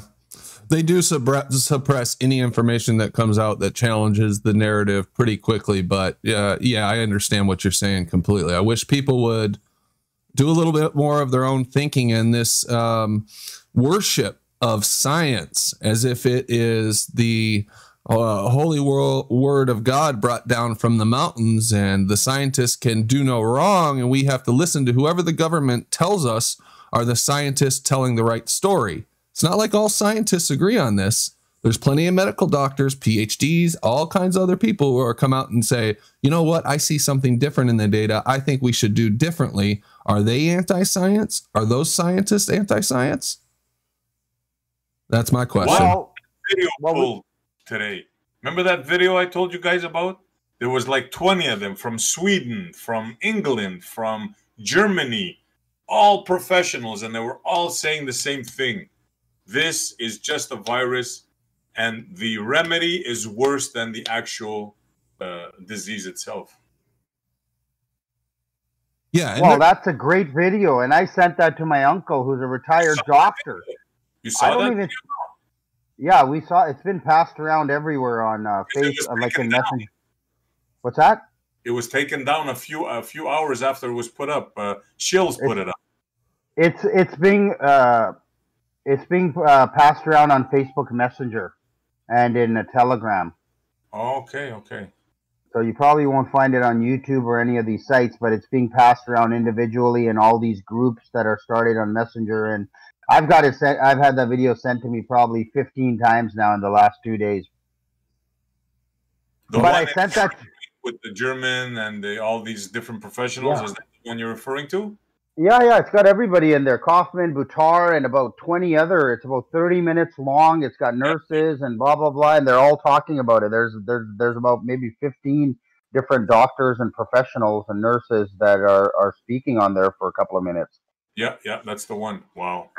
So I sent here's where you stop feeling sorry for even our family members. I sent that to my doctor uncle, retired. He's retired now. And I don't even think he watched it. His response was, "This video is for Trump supporters." Oh my gosh. That's coming from a doctor, a retired, world-renowned. He was more like in the lecturing side, giving talks, right? That's what his career was. And that's his response. That he didn't even watch it. I think he started it and then came out and said, "This is for Trump supporters." And I'm like, most of these doctors are in Europe. They have nothing to do with Trump. Like, and what do you have against Trump? He's living in Canada, over in London, Ontario there. And I'm like, what do you have against Trump? What did he do to you? And then he says, well, I got nothing against Trump, but this is like for the hydrochloroquine pushers. And I'm like, well, you didn't even listen to the video. I didn't hear hydrochloroquine mentioned once in that video from what I remember. It's insane. Like, people just don't want to use their friggin' brain. I had it out with my cousin yesterday about the globe and evolution he brings up every time. I was just, there's a point where, I'm sorry, I got to call people ball lickers, You tell them enough times and it's kind of harsh, but there's a point where people aren't brainwashed anymore. They're not ignorant and they're not in fear. They're just incapable. Sorry, I know it sounds like I have no humanity left in me, but I've tried many, many times. No, I hear you. You can. It's so hard to break through to people, and I remember what it took for me to finally come to terms with things and not see people who were outside of the mainstream as freaks or weirdos or conspiracy theorists, because that is what society teaches you from the time that you're little, and not everybody breaks through that at the same time, and a lot of people never break through it. But no. I get what you're saying. It's very frustrating. All the information's out there. Just stop listening to only the government and the media. Do your own thinking. You have to do your own thinking. We can't just blindly follow these people anymore. Oh, exactly. Sorry, just on a side note, my channel's down with strikes. My main channel, I put a link in for my backup channel. If people can subscribe, that would be really good. Okay. Yep. I think I've seen it in the YouTube chat. So yeah, we'll check that out. I see that. It's called FE Fokker Reloaded. So cool, man. Well, here's the thing. So Saturday night after the rally, we had plans to go to a kind of a restaurant bar. 12, 15 of us to go eat, spend money, drink, let loose. Average bill is going to be $50 fucking at least. One guy spent like over $200 and left like at a different restaurant. We wound up at a different place. This guy left probably $60, $70 tip, right? But on the first restaurant, I guess somebody, like the guy who organized it, kind of decided, let's go to this place called the Colony. He posted on Facebook, well, you got some triggered troll SJW that got mad that we're anti-maskers are going to go to this establishment. So they said they've notified the health authorities, probably called the restaurant. Yeah. My gosh. Yeah. This neighbor people ratting on each other is just too much. So I know you're probably neck deep in this stuff right now. Oh, did I cut you off, Fokker? Yeah. I just want to tell a couple of stories that happened. And so we wound up there and we're getting in. We told them we have medical exemptions. They want us to wear a mask to the table. Well, none of us are going to put on fucking masks. And some of us have cards that say we're exempt. I've got a doctor's note. Well, the host went to get her manager. And he comes back and he says, no, I'm not going to let you guys in because all 12 of you can't have mask exemptions. And I'm like, well, it's not your job to determine that. And I'm trying to talk to him about what the actual law is. I go, all we have to do is tell you we have an exemption. And here's the order. Read it. They're so ignorant, they don't want to take the piece of paper from us and actually educate themselves. They just want to go on the fact that we have to wear a mask going to our table. And I'm trying to plead with the guy. Listen, man, your restaurant's empty. It's a friggin' Saturday night. Normally there's a lineup outside, all right, this place.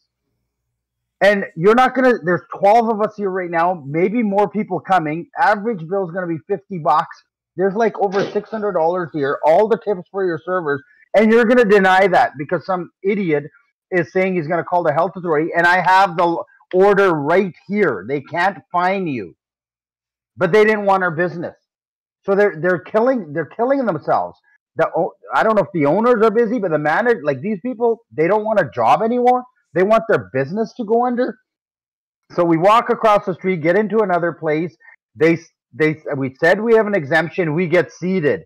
And as we're sitting there for 5 minutes, now somebody comes, maybe the supervisor or manager, and he says, I'm not going to serve you guys. You need to leave.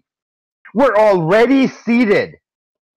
So we already walked in and we're at our table, but he's not going to serve us. And it's just like, what is wrong with you? Your restaurant, again, this place is packed on a Saturday night. There's like 1 or 2 tables in there of people. And you're going to deny us service and give up all this money and tips and all that? Like these people are fucking mental, man. They're fucking mental. I don't get that. I mean, just out of self-preservation, you think that they would say, oh, we got a little bit of money coming in. Let's do this. We can't even get in trouble. Like you said, they couldn't even get in trouble and they still wouldn't take your money. No. Yeah. Yeah. So it's insane. That's who we're dealing with. I'm done making excuses for them. If they were kind of nice and really like, I really said that, but they're not even willing to look at the facts, like, here's the order. Here's the exemptions. Read this. Blah, blah, blah, blah. You'll be fine. No, you got to leave because you're not following the rules. The government, the same government that's trying to shut you down, make you lose a job, make the owner lose hundreds of thousands of dollars, maybe if not $1 million is what it costs to start up restaurants and bars these days with all the equipment and all that. The owner is probably going to lose $1 million if he goes out of business. And you guys are going to lose your fucking job and you're still like got to follow the orders and rules set by somebody you don't know. It's insane. Wow. So I know you've been neck deep in this stuff, especially with what's happened to you. Have you got anything going on with Flat Earth or any new thoughts or new proofs or anything you No, new proofs. Flat Earth has always been around. That's not funny. I'll still try to flat smack people. I've kind of toned it down to just stick to the basics. I don't like to argue anything that's beyond 4 or 5 topics like curvature, water, NASA. Other than that, I don't really need to argue anything. Like I said, my main channel got taken down. Well, it's not down totally, but it's dead pretty much for 3 months. I'm not going to risk live streaming or putting up videos. All my videos are private on the main Flat Earth Focker channel. I can start live streaming again on Tuesday, I think by Sunday or Monday. So I might do some live streams over there just because it's got 1,000, I have the ability to live stream and I might have to make my videos private right away. Because even when I made all my videos private, after the fact, I still got notification that they deleted 3 of my videos for violating the guidelines, but they're not going to give me a strike because I'm already on a 2-week ban. So they're still going into my private videos and deleting them. So I don't know if I can ever make all my videos public again. I mean, and I don't have most of them downloaded and backed up, especially not the live streams. The videos I record and upload, yeah, sure, I've got a copy of those, but none of my live streams are backed up unless they're over on LBRY. And even I found that LBRY didn't even take over 100% of my videos, so there's some that are missing over there. Anyways, what was my point? Yeah, so I mean, yeah, please sub my backup channel so I can get up to 1,000 and operate freely without any strikes, everybody. I just I thought about it. I'm kind of anxious, I'm kind of down with everything going on, all the uncertainty with the court date and blah, blah, blah.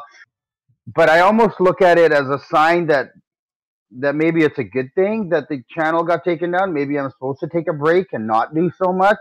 So I'm trying to look at the positive aspect of it as a sign from God.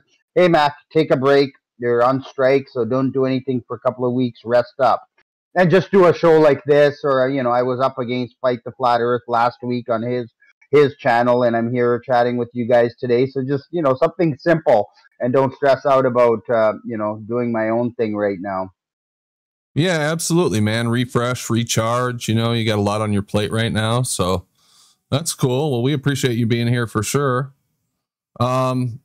We do have some people over in our show channel that would probably be up to asking you questions. Paige in particular, who has looked into the common law stuff a lot. If you'd be willing to stop in there for a while and kind of chit chat with the wider panel, that'd be awesome. I'm not. I don't really like to type too much, but that's just in the chat room where I am right now. It's a voice channel. It's a voice channel. Okay, so if I go on the left, yeah, I'll just drop you over there. Oh, okay. Yeah, I'll drop us over there. We'll move over there and continue over there. Cool. Thank man. You guys. Any other questions by SE or Ranty? Are they still here? Well, it's pretty self-explanatory, bro. What an ordeal you went through. It's amazing. The only thing I'd like to say is the restaurant thing, right? So you have masks. They let you in as you're wearing masks, right? Then you go and sit down in the table, right? Now, how do you eat with your mask on? Obviously, you've got to take your mask off, right? That's right. So what the hell? What is that? I mean, is that insanity? Am I the only one that sees this? I mean, I don't get it.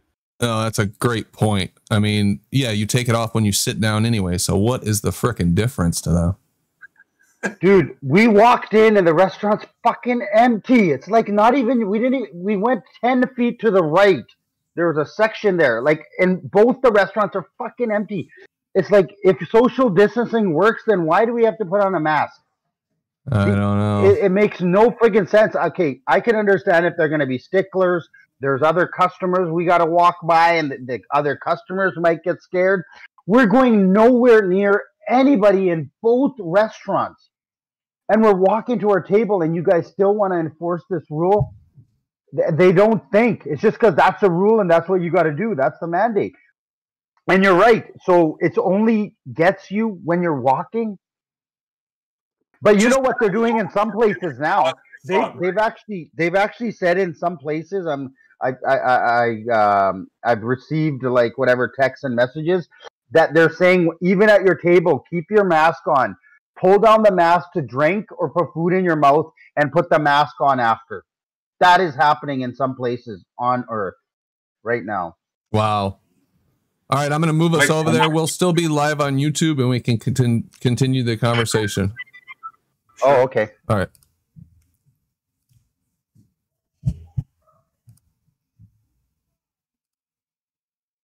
And history and you're not taught how to plant a potato, which is or balance a checkbook. What's up, guys? We're back from the small debate room with the conversation with Flat Earth Focker. If you guys didn't have a chance to listen while we were over there, you should definitely check it out on YouTube because it was pretty dang good. He went through the whole story and much appreciated. So Flat Earth Focker has joined us over here, and so please be gentle. Let's try to stay away from the subject of what's real. I'm just joking.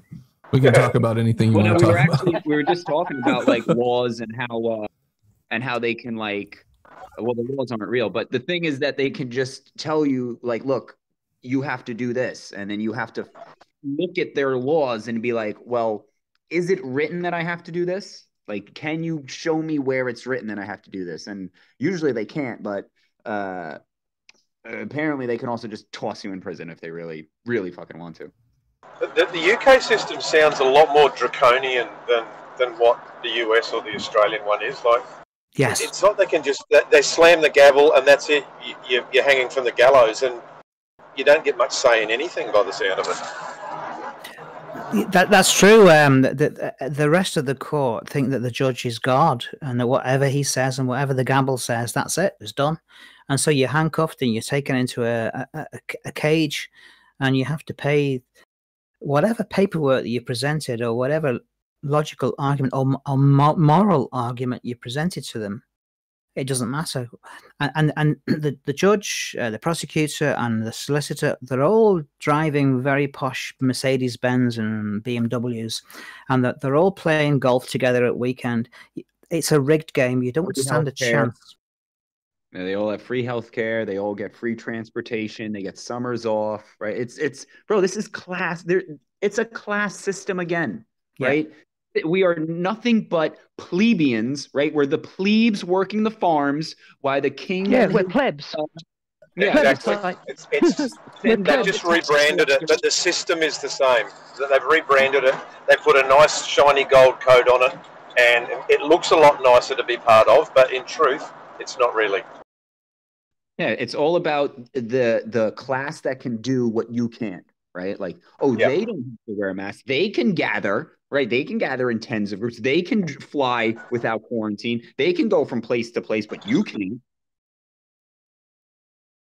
My personal opinion is that don't protest, don't present paperwork, just don't comply. Well, yeah, that's one of I always tell them look, they're saying you got to plead guilty or not guilty. I'm like, okay, well, what if I don't? Right. So if I don't put the plea, how does the system move forward? Right. What are you going to speak for me? You're going to make my plea for me? Oh, yeah, they will do. Yeah, well, yeah. They have that thing. Oh, if you don't say anything, then it's we say that. And once you're entered into a not guilty plea, you are considered by the court to be combative. Yeah, so they treat you even worse. And you're also being treated as you've complied. Right? Like you've put this plea in. If you plead guilty, you're saying, yes, I'm the debtor. Yes, I take responsibility. Yes, I'll pay whatever debt it is. But if you go in there and say, I'm not guilty, you're basically saying, yes, I'm the debtor, but no, I'm not going to pay your bill. And they don't like that. They don't like that at all. Is Flat Earth Focker still with us? So he's still here. Yeah. I'm here. I'm listening. So everybody in America is innocent until proven guilty, right? Everybody's known that you're innocent until proven guilty. Presumed innocent.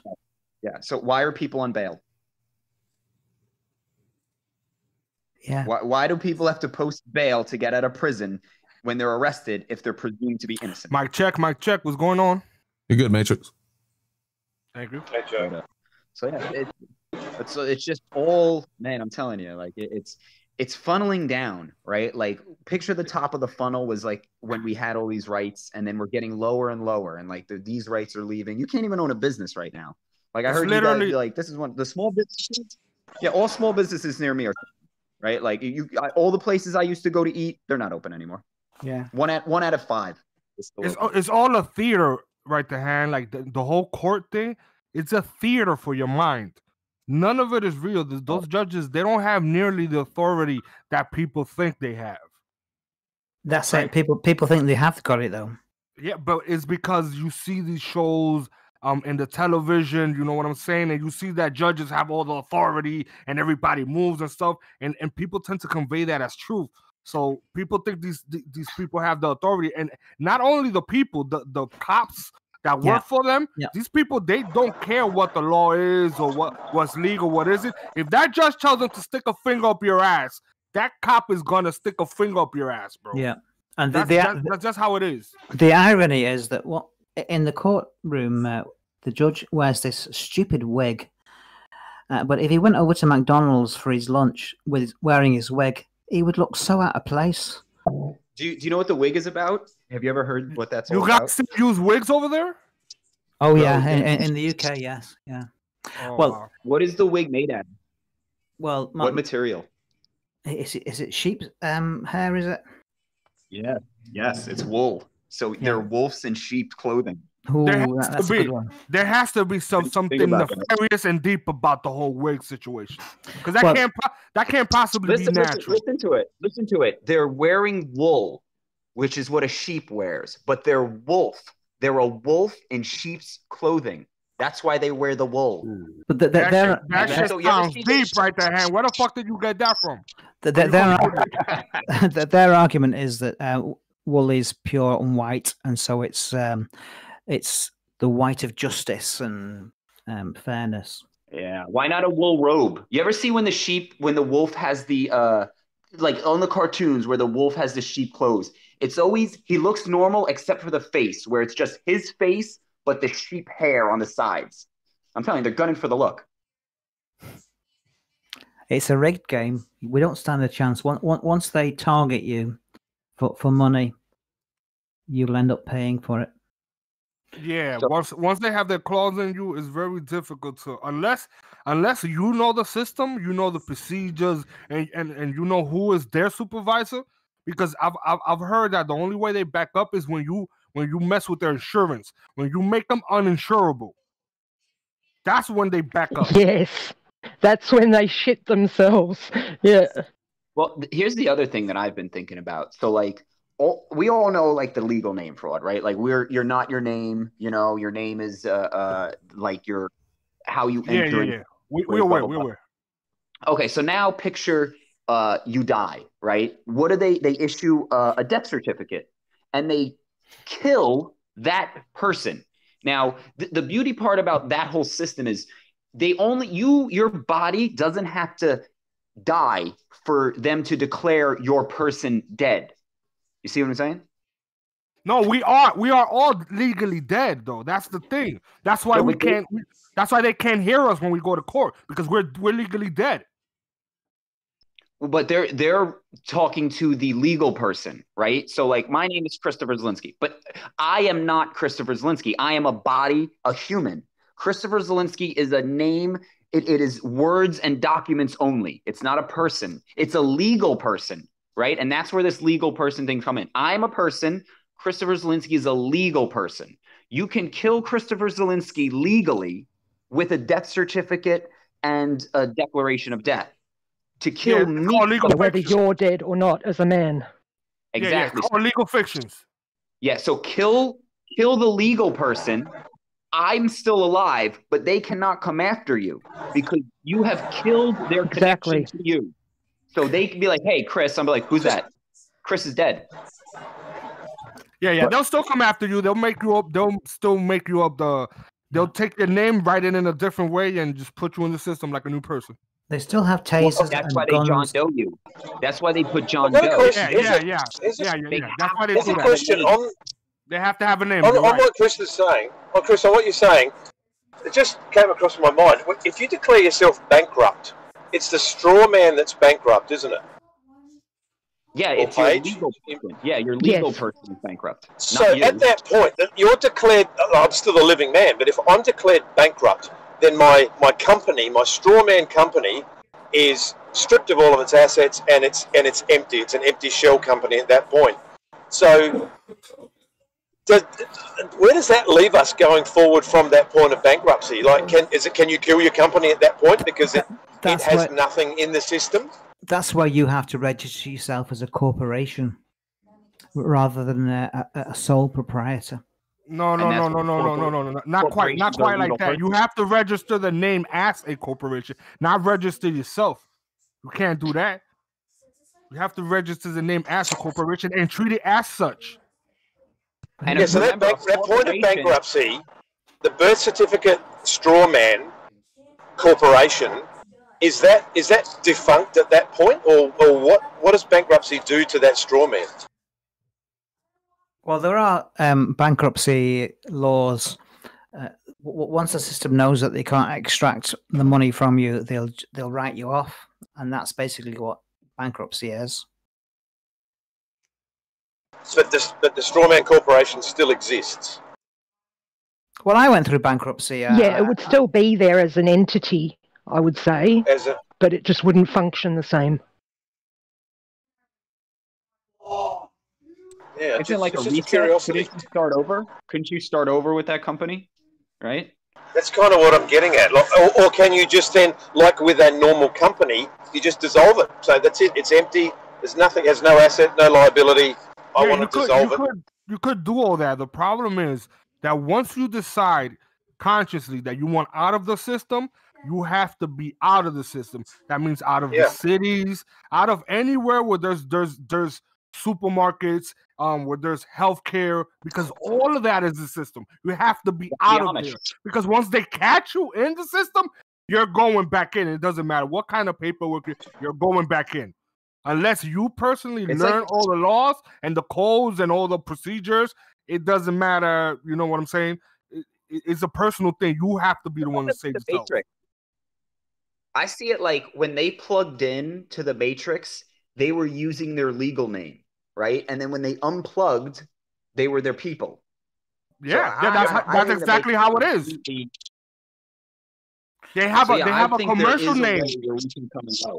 Yeah, they have a commercial name, which is the little name they display on the little thing in front of their desk. That's their commercial name, but that's not their Christian name. That's not the name that they use to do trust and banking in.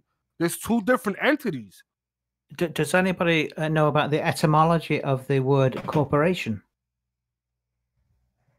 No, but I've heard it before, but it escapes me right now. Elaborate. Well, corpse is a dead body, and oration is speech. A dead body speaking. Dead body speaking. Yeah. So corporation is a dead entity until somebody pops their head up and starts to speak for it, and then you have somebody that's liable for that corporation. For the corporation. See, I know. I wound up a company here. The shell company remained. I didn't trade. I didn't pay the government fees for that corporation.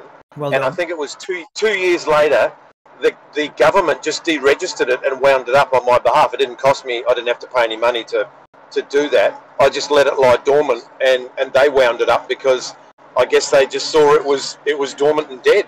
So that's what I'm saying. As your straw man, if you declare, I'm not that I want to do it, but if you declare yourself bankrupt, does the same protocol apply? If you then never re-engage with it? It's just a curiosity. I think it depends. If you're in control of the birth certificate, if you control it and you already have the addendums and all the paperwork, then maybe it's different. But if who is it's the a speaker regular of the bankruptcy, corporation? it's supposed to be you. You're supposed to be the authorized representative.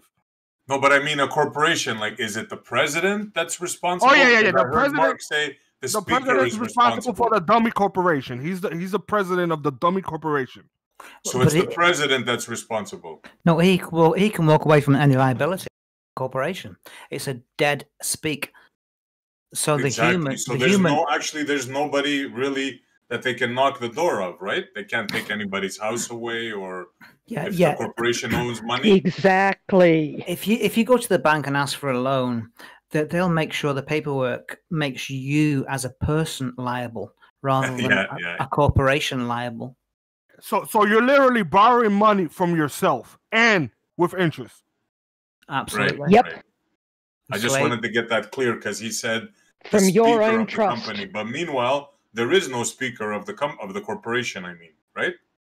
It's a dead entity. Yeah. I think this is why they do the whole show and the debates and the presidents and this shit to get us thinking that this guy is actually responsible, but he's the president of the dummy corporation. Yeah. It's a fix, isn't it? Yep. Rigged game. It's quite fascinating when you really get into it. I never really gave much thought to this, but you want to be fascinated? Really fascinating the way they screw us. Excuse my language. It's like everything, everything in their system is genius. Every part of it is genius. Listen, start watching judge videos and just start watching how they act, and these people are fucking brilliant. How they act like they're stupid and they don't understand what's going on, bro. Yo, these people, bro, the training that they must have and the laws that they must know to act this way, because it's an act. These people are not to be a judge. You cannot be a stupid person. So you're playing the Lieutenant Colombo then, yeah, or Lieutenant. Sorry, folks. You play dumb, but you know what's going on. See, the fact that judge they definitely know what's going on. It's like George W. Bush. You remember how stupid he sounded? If you read the 48 Laws of Power, one of the rules or one of the laws is never appear smarter than your mark, right? If you're trying to con somebody, always appear dumber than him. Nobody thinks they're going to get conned by an idiot. So George Bush gets on TV and sounds like a moron, so everybody thinks he's an idiot and that they can't get conned by him. Bro, you think people become millionaires and billionaires by being idiots, bro? No, like, it's just common sense. He's faking being an idiot. Clearly. Yeah, that's the problem. Right? That's the problem. Like, I don't think he pretended this guy because it was his brother that was supposed to be in power. I think this was a real case, right then, because wasn't it his brother that was chosen and groomed to be in office? You talking about Jeff Bush? Yeah. Nah, man, they didn't work. I think he's too weak.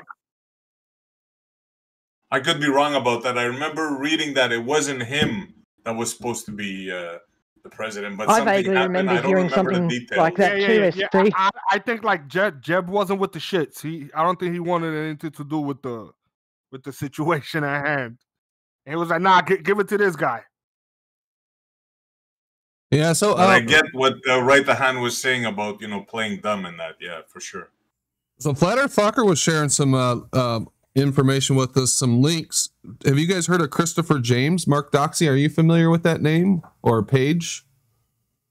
From allwarriorcalls.com? Yeah, or Warriors. Our Warrior Calls. Warrior Calls, that was it. Oh, excuse me. And then he's got a new YouTube channel called there's also go for it, Brenda. The Parhar Court, where he's got some stuff out there with Christopher James, some interviews and stuff. Fokker's got a new channel. Yep, he's been popping those in the YouTube chat. If you haven't seen him, I'm sure he'll pop them in. Doing a brilliant job setting up a common law court. That's exactly what he needed to do. Like, that's just fantastic. We've got common law courts starting here in Australia. You can now register your name, your birth certificate with the common law courts here, and basically let the country know that you are now under common law jurisdiction, not their jurisdiction. So if something happens to you, you've got access to the guys at the common law courts, to set up your own common law court and do what Fokker's doing now. It's about the only thing we can do, because that his court does have jurisdiction over the other court. So, Paige, have you got any? That's what we have to do. Stories about that. Common law courts, yeah, I've seen a few here, quite a few now, actually. Okay. Australia's nowhere near as bad as what it sounds like over there in the UK. Like, you guys have had this forever. Like, we're supposed to be under the Magna Carta, same as you, but with you guys being, having the royal family there forever and all that kind of stuff, you've been under the thumb so much longer that, your judges and everyone are all just so set. Yeah, these people don't even have freedom of speech, right? Like, they eliminated that. They can't even talk shit about Muslims and none of that shit. Listen, folks, about 10 years ago, the common law courts and the straw man appeared in Canada and the UK, New Zealand and Australia. It sounded great. And whenever the first batch of guys went through the courts, they got a victory because the courts were taken by surprise. But then the courts locked down and just railroaded over the logic of it and the morality of it. And it all died down, and it suddenly appeared again because of COVID, maybe. I just worry that it's not a magic bullet. If they've got the guns and the cage, but it's a bullet. And we've got to fight. You can't just roll over and say, "Oh, well, they're going to hurt me, so I'll just do whatever they say." Well, we've got to stand up and fight. Okay, Paige, if you have to go through it, I wish you all the best and come back with a success story. And to give us sort of second, listen, please don't think I'm against you, because I know morality and I'm all on for that. We have the moral high ground here, and they are the criminals. My personal opinion after going through it all is non-compliance. If they tell us to wear a mask or not to meet out in public, just fuck them and don't do it. And if enough of them don't do it, then the system... Yeah, I agree. Even that video that I just posted, the guy in there says, if you end up inside their courtroom, just plead guilty, because you will end up so much better off than you know, if you go in there and be seen as being combative and pleading not guilty, because you're already saying, yes, I'm that straw man, yes, I own the debt, but I'm not going to pay it. You know, so they go, "Oh, fuck you! We'll really screw you over then." I think the trick is playing stupid like they do. Like I think that's the trick. Sorry. I actually disagree with you, Paige. You said that Australia's nowhere near as bad as England and stuff. I actually think we're worse. Right? Now, you may be talking about you may be talking about their court system. Our court system may not be as bad as them. But Australia, that's what I was talking about. Yeah, right. We are far worse because we are so more compliant without even having to go to the courts. Yeah, we are bending over. Well, I think that's why the courts haven't gotten that bad because we just do whatever they tell us. But what yes, sir. Thank you. But that's what I'm saying, Paige. We are actually in a worse position, right? Because they just tell us what to do and we do it. We actually just do it. So the biggest enemy. That's a cultural thing. That's a cultural thing as well, Chris. Because what's the Aussie saying? She'll be right, mate. You know, we don't stand up. We don't fight. She'll be right. They'll look after us. You know, they're not out to get us. And we just comply. We pay. We bend over. We do whatever we're asked. Exactly right, John. Exactly. Yeah. So do you think our tactics should be to educate everybody that we know that the government is the enemy and non-compliance is the best position to take? Yeah, I absolutely believe education is where it needs to start, especially with our kids, teaching them. And this, I hate to bring this up, but it all goes back to the ball, the lie of living on a spinning ball out in the middle of nowhere. There's no God, you know. It's bullshit. There's a Bible in the courtroom for a reason. This is all very spiritual. You know, they know fine well we are next in line under God. There is no one higher than man. God gave the earth to man. You know, dominion over the animals and everything to man. So they've usurped our dominion and put us under them. So the only way forward is through education. Yeah, but we have to be realistic. Like, we can't expect the government or any private sort of entity to educate our kids. You know, I think we have to do it. Oh God, ourselves. No! You got to do it yourself. Yeah. Like, you got to do it yourself. We can't be angry at the government for you know, teaching our kids how to be employees. Like, we have to be angry at ourselves for that. We have to correct that. Nobody could do that for us. How's the situation in Australia concerning the Christmas? Because I don't know if you guys heard, up here in Quebec, they canceled Christmas basically and New Year's. We're not allowed to go and visit anybody. No gatherings. What? None at all. No, we can do gatherings. I think wasn't it 30 people here now? Yeah, we can 30 do people like over the whole day or something. But they've cancelled New Year's Eve here in Melbourne. I don't know about the rest of Australia, but here in Melbourne they've cancelled New Year's Eve. But yeah, you can have your Christmas gatherings. You can go to funerals and weddings and stuff like that now. Restaurants in small groups and whatnot. But people will just do it. They'll just comply.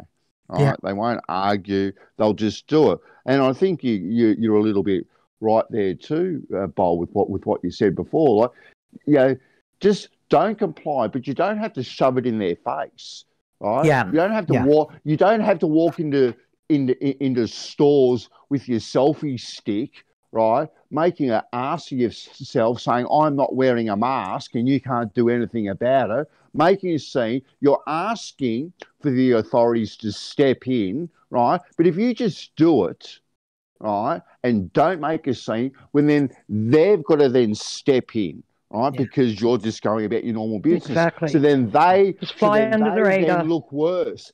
They look worse because then people are going to look around and go, well, what's going on there? This guy was just walking around minding his own business and they're now all over him. So if you be non-compliant but in a more passive way, I think that's far more successful than holding up this big flag and putting this target on your back, say, look at me, come and get me, I dare you, because they will call you on that dare every single day of the week. You don't call Mike Tyson out for a fight, do you? Bantor Bandit, you're quite correct. Keep the burden of proof on them as to why they are wearing the mask, not to be sort of over dramatic as to I'm not wearing a mask. I agree with that. Bantor, if somebody was to challenge you and say you're killing my granny, what would your answer be to that? If someone was to charge me and say that I am killing my granny? Their granny, because you're not wearing a mask. Do you understand my question? Yeah. I would say how. Okay. I have the perfect answer. Right? How? Okay. The perfect answer would be, assuming, of course, they're wearing a mask, right? You would say, sir, you're wearing a mask because you're afraid of the COVID, right? They would say yes. Well, then you're protected, aren't you? So it shouldn't be a problem, right? Well, so you've got to put the question in context, SC. Well, the question was just put to me like, you are killing my granny. My answer would be how? Yeah, you have no contact with their granny. And if they're wearing a mask, then they're protected. So yeah, but you're not wearing the mask, so you're putting my granny at risk. But you're not having contact with their granny, and if they have contact with their granny, it shouldn't matter because they've got a mask on. But if their granny is that worried, their granny should stay home. Remember the line. Yep. They had contact with you. Therefore, somehow that's going to contaminate their grandma. Stay home. I would argue there was no contact, right? Like contact requires touch. I never touched her granny, so how could I contact her? Ladies and gentlemen, there was a reason why I asked that question. There's a logical fallacy in there in that they are appealing to emotion, the love of their granny. And it's a logical fallacy. Appeal to emotion is not an argument. You've got to call them out on that. You can't argue logical fallacy with illogical people, though. The fact is, every one of us... Try telling that to an illogical person. Try telling them, hey, that's an illogical fallacy. Every one of us is responsible for ourselves. So if that lady is so worried about her health, she should stay home. She shouldn't shift that burden onto me to have to protect her. If I'm allergic to peanuts, I don't eat peanuts. I don't tell you can't eat a peanut in the same room as me. I have to stay out of that room because I have to protect myself. You have to leave that room. Yeah. Exactly. Don't expect you to adjust your behaviour. That's not right. That's wrong. Aren't you putting the burden back on them when you ask them how? Yeah, you are. That's exactly. You don't answer with, "Are you putting my granny at risk? How am I?" No, because you've taken the burden of proof on yourself. You throw it back to them. Do you have a granny? Do you have a granny? Or you could be like, you have to establish that what I'm doing causes harm, right? Yeah. If I was standing outside and somebody was like, "You assaulted me," I'd be like, "Okay, well, how did I do that? How did I assault you? You have to prove that I assaulted you." So if you're saying, "Hey, you're assaulting Granny," well, establish the fact that I'm doing that. Yeah. I would just ask them why. I think as a rational human being, they will logically ask themselves why, and you're very low. Whoever said, "Can you hear me?" It's Rob. I just wanted to add in something real quick about the peanuts, because my kids aren't allowed to take anything to school that has peanuts in it. So my kids are the same. We're already but I kind of do agree with that because they're kids, and it's just easier to keep them all safe. Yeah, it'd be easier to tell your kid not to eat peanuts if he's allergic to peanuts, right? Like, people need to be responsible for themselves, not for others. Like, you can only be responsible. I can't be responsible for my kid when they're at school without me. So I'd rather you can teach your kid not to eat peanuts. Sandwich. Yeah, I'd just rather not send a peanut butter and just be okay. Well, if there's a kid with a peanut allergy, then I'll just not send a peanut butter sandwich with my kid. This is one of the places where I like survival of the fittest. Is the peanut? I think this is where survival of the fittest comes in nice. Paige, is the peanut thing strictly digestive, or if you have contact with it, does it have some sort of effect? No, it's contact. Yeah, it can contact. Yeah. Yeah. So it's not even eating. Some people have contact allergies. No, they can just be in the same room. Some of them, if you just smell it or touch it, they can get sick. Well, a messy kid that has his hand dirty and runs and touches him, it is dangerous. If it's just and they're kids, we kind of have to go out of our way to try and protect them. They're not old enough to decide for themselves. So I can see where it makes sense. It makes sense. That does sort of make sense to me. Yeah. I'm gonna disagree. It doesn't make sense to me. I'm sorry. So for me, if we're like, look, right. We're going to a big community gathering, right? And some parents are like, my kids are allergic to peanuts. I'd be like, well, you better stay on top of your kids. Make sure they don't eat any peanuts. Well, yeah, right? Because my kids, I would be like, my kids aren't allergic. Well, to me, it's not different, right? Because neither are their parents. The problem, but what you teach your kids is always with them. So if you just teach your kid, don't eat peanuts, right, and stay away from peanuts, now the safety of your child should be on you and your child. What everybody's doing is putting the safety of the kids into the hands of the government. Correct. It won't be long where the school uniform are going to be hazmat suits because they've got the kids in little cubicles at the moment. So the next step is... I saw a lady in a hazmat suit. Yeah, it's crazy. Like kids in primary schools are in cubicles now, with petitions separating them. They're in cages. It is absolutely crazy. We got all upset when the immigrant kids were in cages, but then we went ahead and put our own kids in them. The sterilisation of our society, like I remember growing up, I never knew anyone that was allergic to this, allergic to that, had ADHD, or all these sorts of things, right? We're all fine. Yeah, nothing like that when I was a kid. And then all of a sudden, it's like overnight, everyone is allergic to everything. Everyone is on bloody Ritalin and stuff.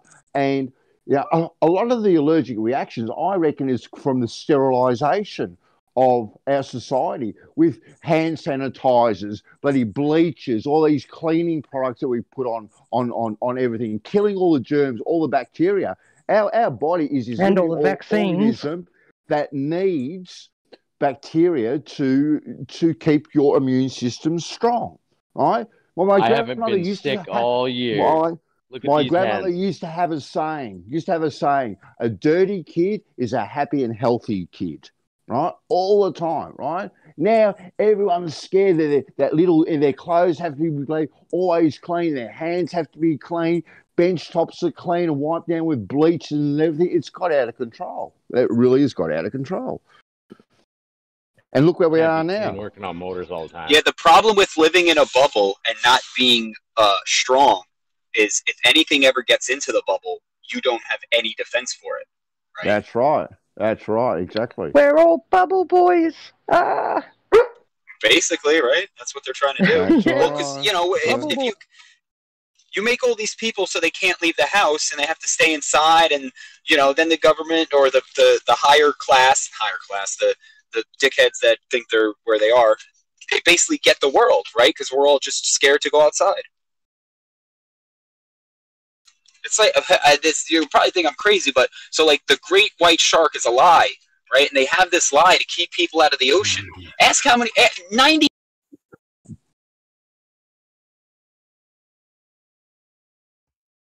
Was that me that dropped, or did we lose? No, we can't hear him. You're here. Okay.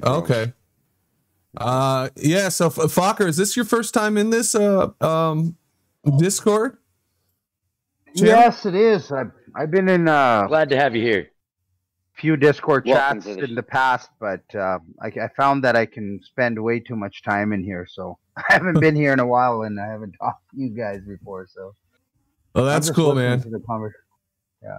Yeah, it gets a little crazy in here, and we can go for hours and hours like this. Sometimes hard to get a word in edgewise, but. It's good to have you in here, man. We're going to end the show in about 15 minutes. We go on for hours and hours. Yes, we do, actually, every day, don't we? That's a good point. But a lot of us are Discord addicts, even outside of that. So, feel you there. That's 100%. Yeah. You guys were talking about going into court and just pleading guilty and all that. before doing anything, you gotta. What I'm learning, speaking with Cal Washington and Christopher, is you just gotta stand your ground and not be belligerent and just get them to prove jurisdiction and stay in that box and don't move off of it, because they can't proceed until they've proven they have jurisdiction. So they like these judges; they're criminal. They know what's up. They're criminal, and they want to dupe us into consent. So they'll lie, they'll smile. They'll say whatever they have to, and as polite people, we're used to answering questions. But the trick is to just stand on our ground in our box and don't move. Before we can proceed, I need evidence of jurisdiction, that this statute, this code applies to me. And you don't move there. That's why that copper tried to hand you something to get you to take it. That's right. Because they'll do anything to make you say a wrong word or accept some paperwork that you shouldn't, Yeah. Don't take a position. To consent, right? They're trying to get you to consent in some manner, right? You accept the paper. That shows you they don't have consent. They don't have authority. You have to give it to them. Yeah, you have to give it to them. Yes, exactly. But you are tricked in giving it to them. You've got to be very careful. Well, they know the rules. They didn't tell us the rules. So it's like playing a game that you don't know the rules to, and they're going to take advantage of us. Yeah, the Socratic method of keeping the burden of proof on them all the time. Yeah, just learn. You got to go in there prepared. That's why Jesus always answered in a question. You always answer back with a question to put that back on them. Yeah, that's why if you read the Bible, you'll see he's always asking a question back. You also like the. I'm not sure how that sounds going on. What, Chris? I got. We lost you. Flat Earth Focker. How long were you in a cage? 4 days, 90 hours.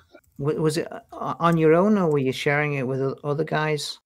No, they put me into segregation because, it was my own jail cell, not like isolation or anything. Kind of like isolation, but they put me into a cell and didn't let me leave because I could potentially have COVID.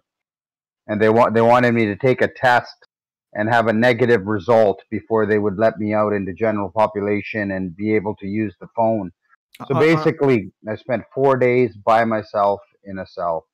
On a human level, were you able to sleep at night?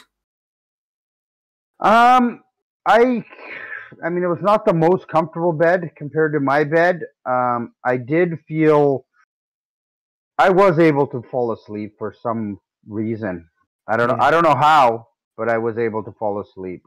So would you say it was discomfortable, but not too extreme? Well. He didn't have to put up with the snoring of another cellmate. No. Yeah. But I mean, the cell wasn't clean. Here they are thinking I could have COVID, and they stick me in a cell. And there was the guy before me was eating his food on the bunk above me, and there was a Band-Aid against the wall. Yeah. I had to, and they wouldn't let me use the shower. That's another thing. 4 days without a shower. Oh God. All right.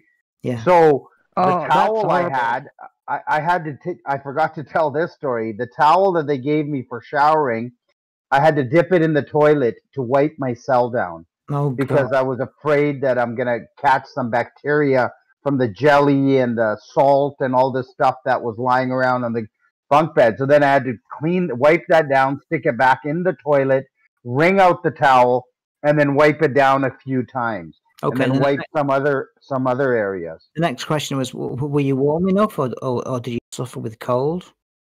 We found the temperature perfect, not cold or not hot for some reason. Yeah. Oh, that's good. I've been in prison, and everything is like survivable, except for possibly the mental isolation and the mental aspects of it. Like the physical aspects of prison being in jail is not too bad. Yeah, not too bad, but your brain being in that system of prison is horrendous. So you didn't have any cockroaches or anything like that? No, No, I was up on the top floor, third or fourth floor, so I didn't notice any bugs yet. Yeah. So, and what about your family? Have they been traumatized by it? Well, I mean, they were traumatized because nobody knew where I was. I got scooped up outside of my building as I'm coming home. I'd been out all day, and then I didn't have any phone calls for 4 days. You know, so they had no idea so all where of a sudden I was. It just disappeared. Exactly. Kids didn't know where you were. Nothing. You were dead. Yeah. Now picture that in the future that's going to happen, but people aren't going to come back. Yeah. It's quite crazy that these people don't care and they don't have any sympathy. And I mean, I understand there's some hardened criminals, really bad drug addicts that get caught, and you see people going through withdrawal. And I know they're used to dealing with it, these kind of individuals. But when you got an average Joe coming in here and you treat them the same as somebody else, they're very inhumane. Very robotic. I mean, like everybody should be treated like a human, right? Regardless of what they did, right? Yeah, and those prison officers go home to a loving wife and happy kids and a warm house.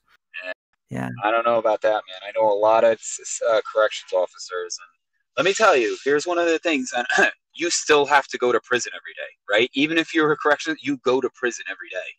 So it's not all it's cracked up to be on either end. Okay, that's another discussion. Well, I mean, if you understand that's your job, then go get another job. If you don't want to be in there. That's the point. I was going to say, like, you're not fighting the system, right? The system is the people that enforce it, right? So when you're like, oh, these people were like, yeah, that's what the system is. The system is a whole bunch of just horrible people who don't care and will do whatever they can for themselves.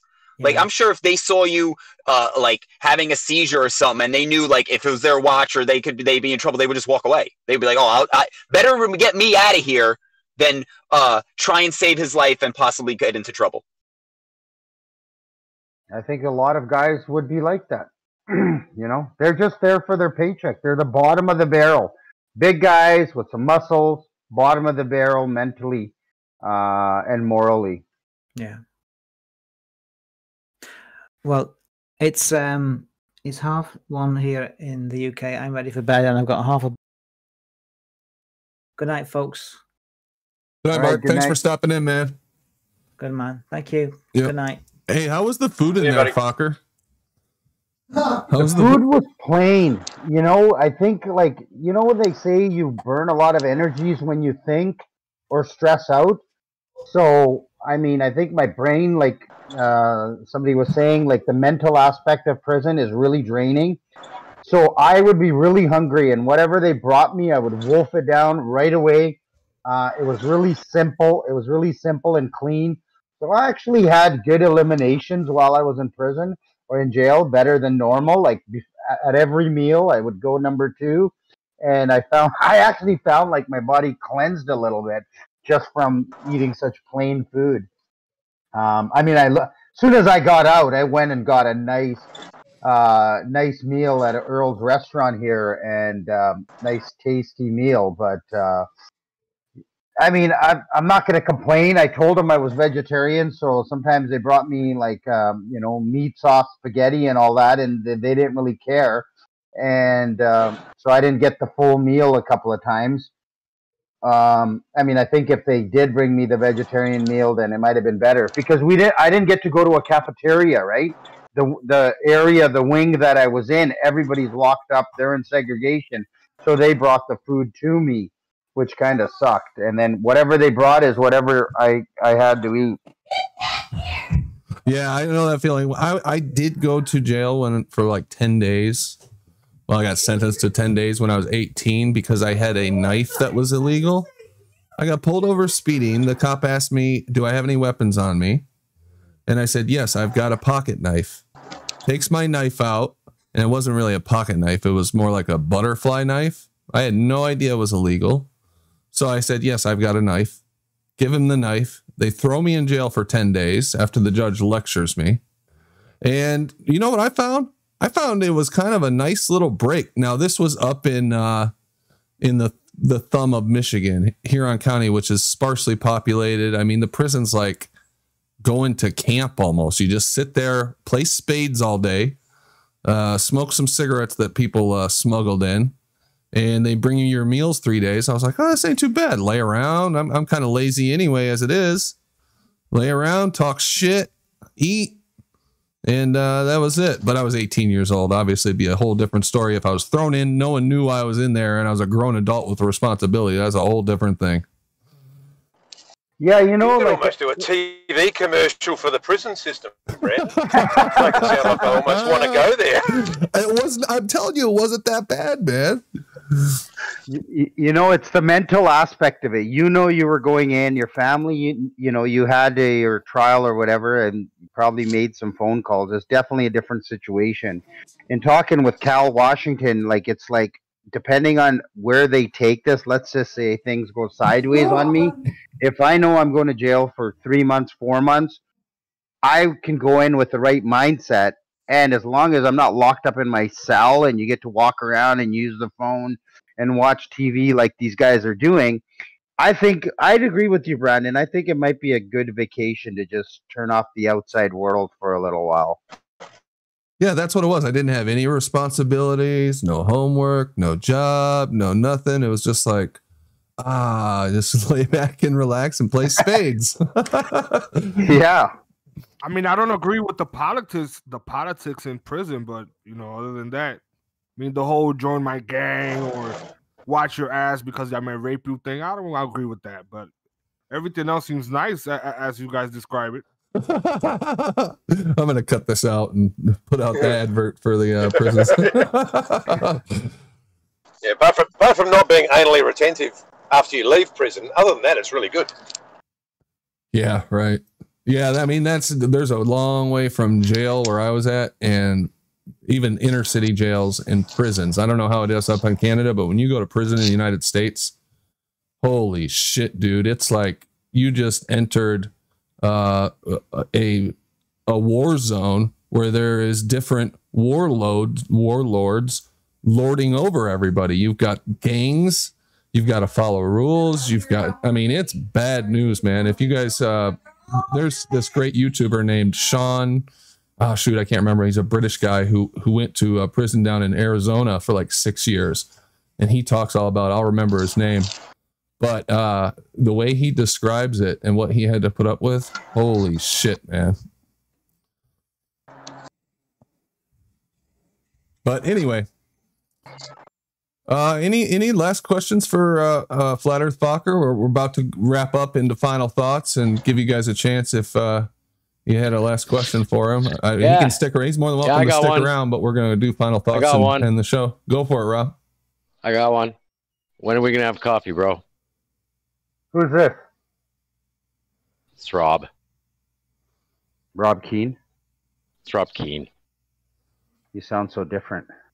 I know, I got a shitty Bluetooth mic. We got to do coffee soon, though.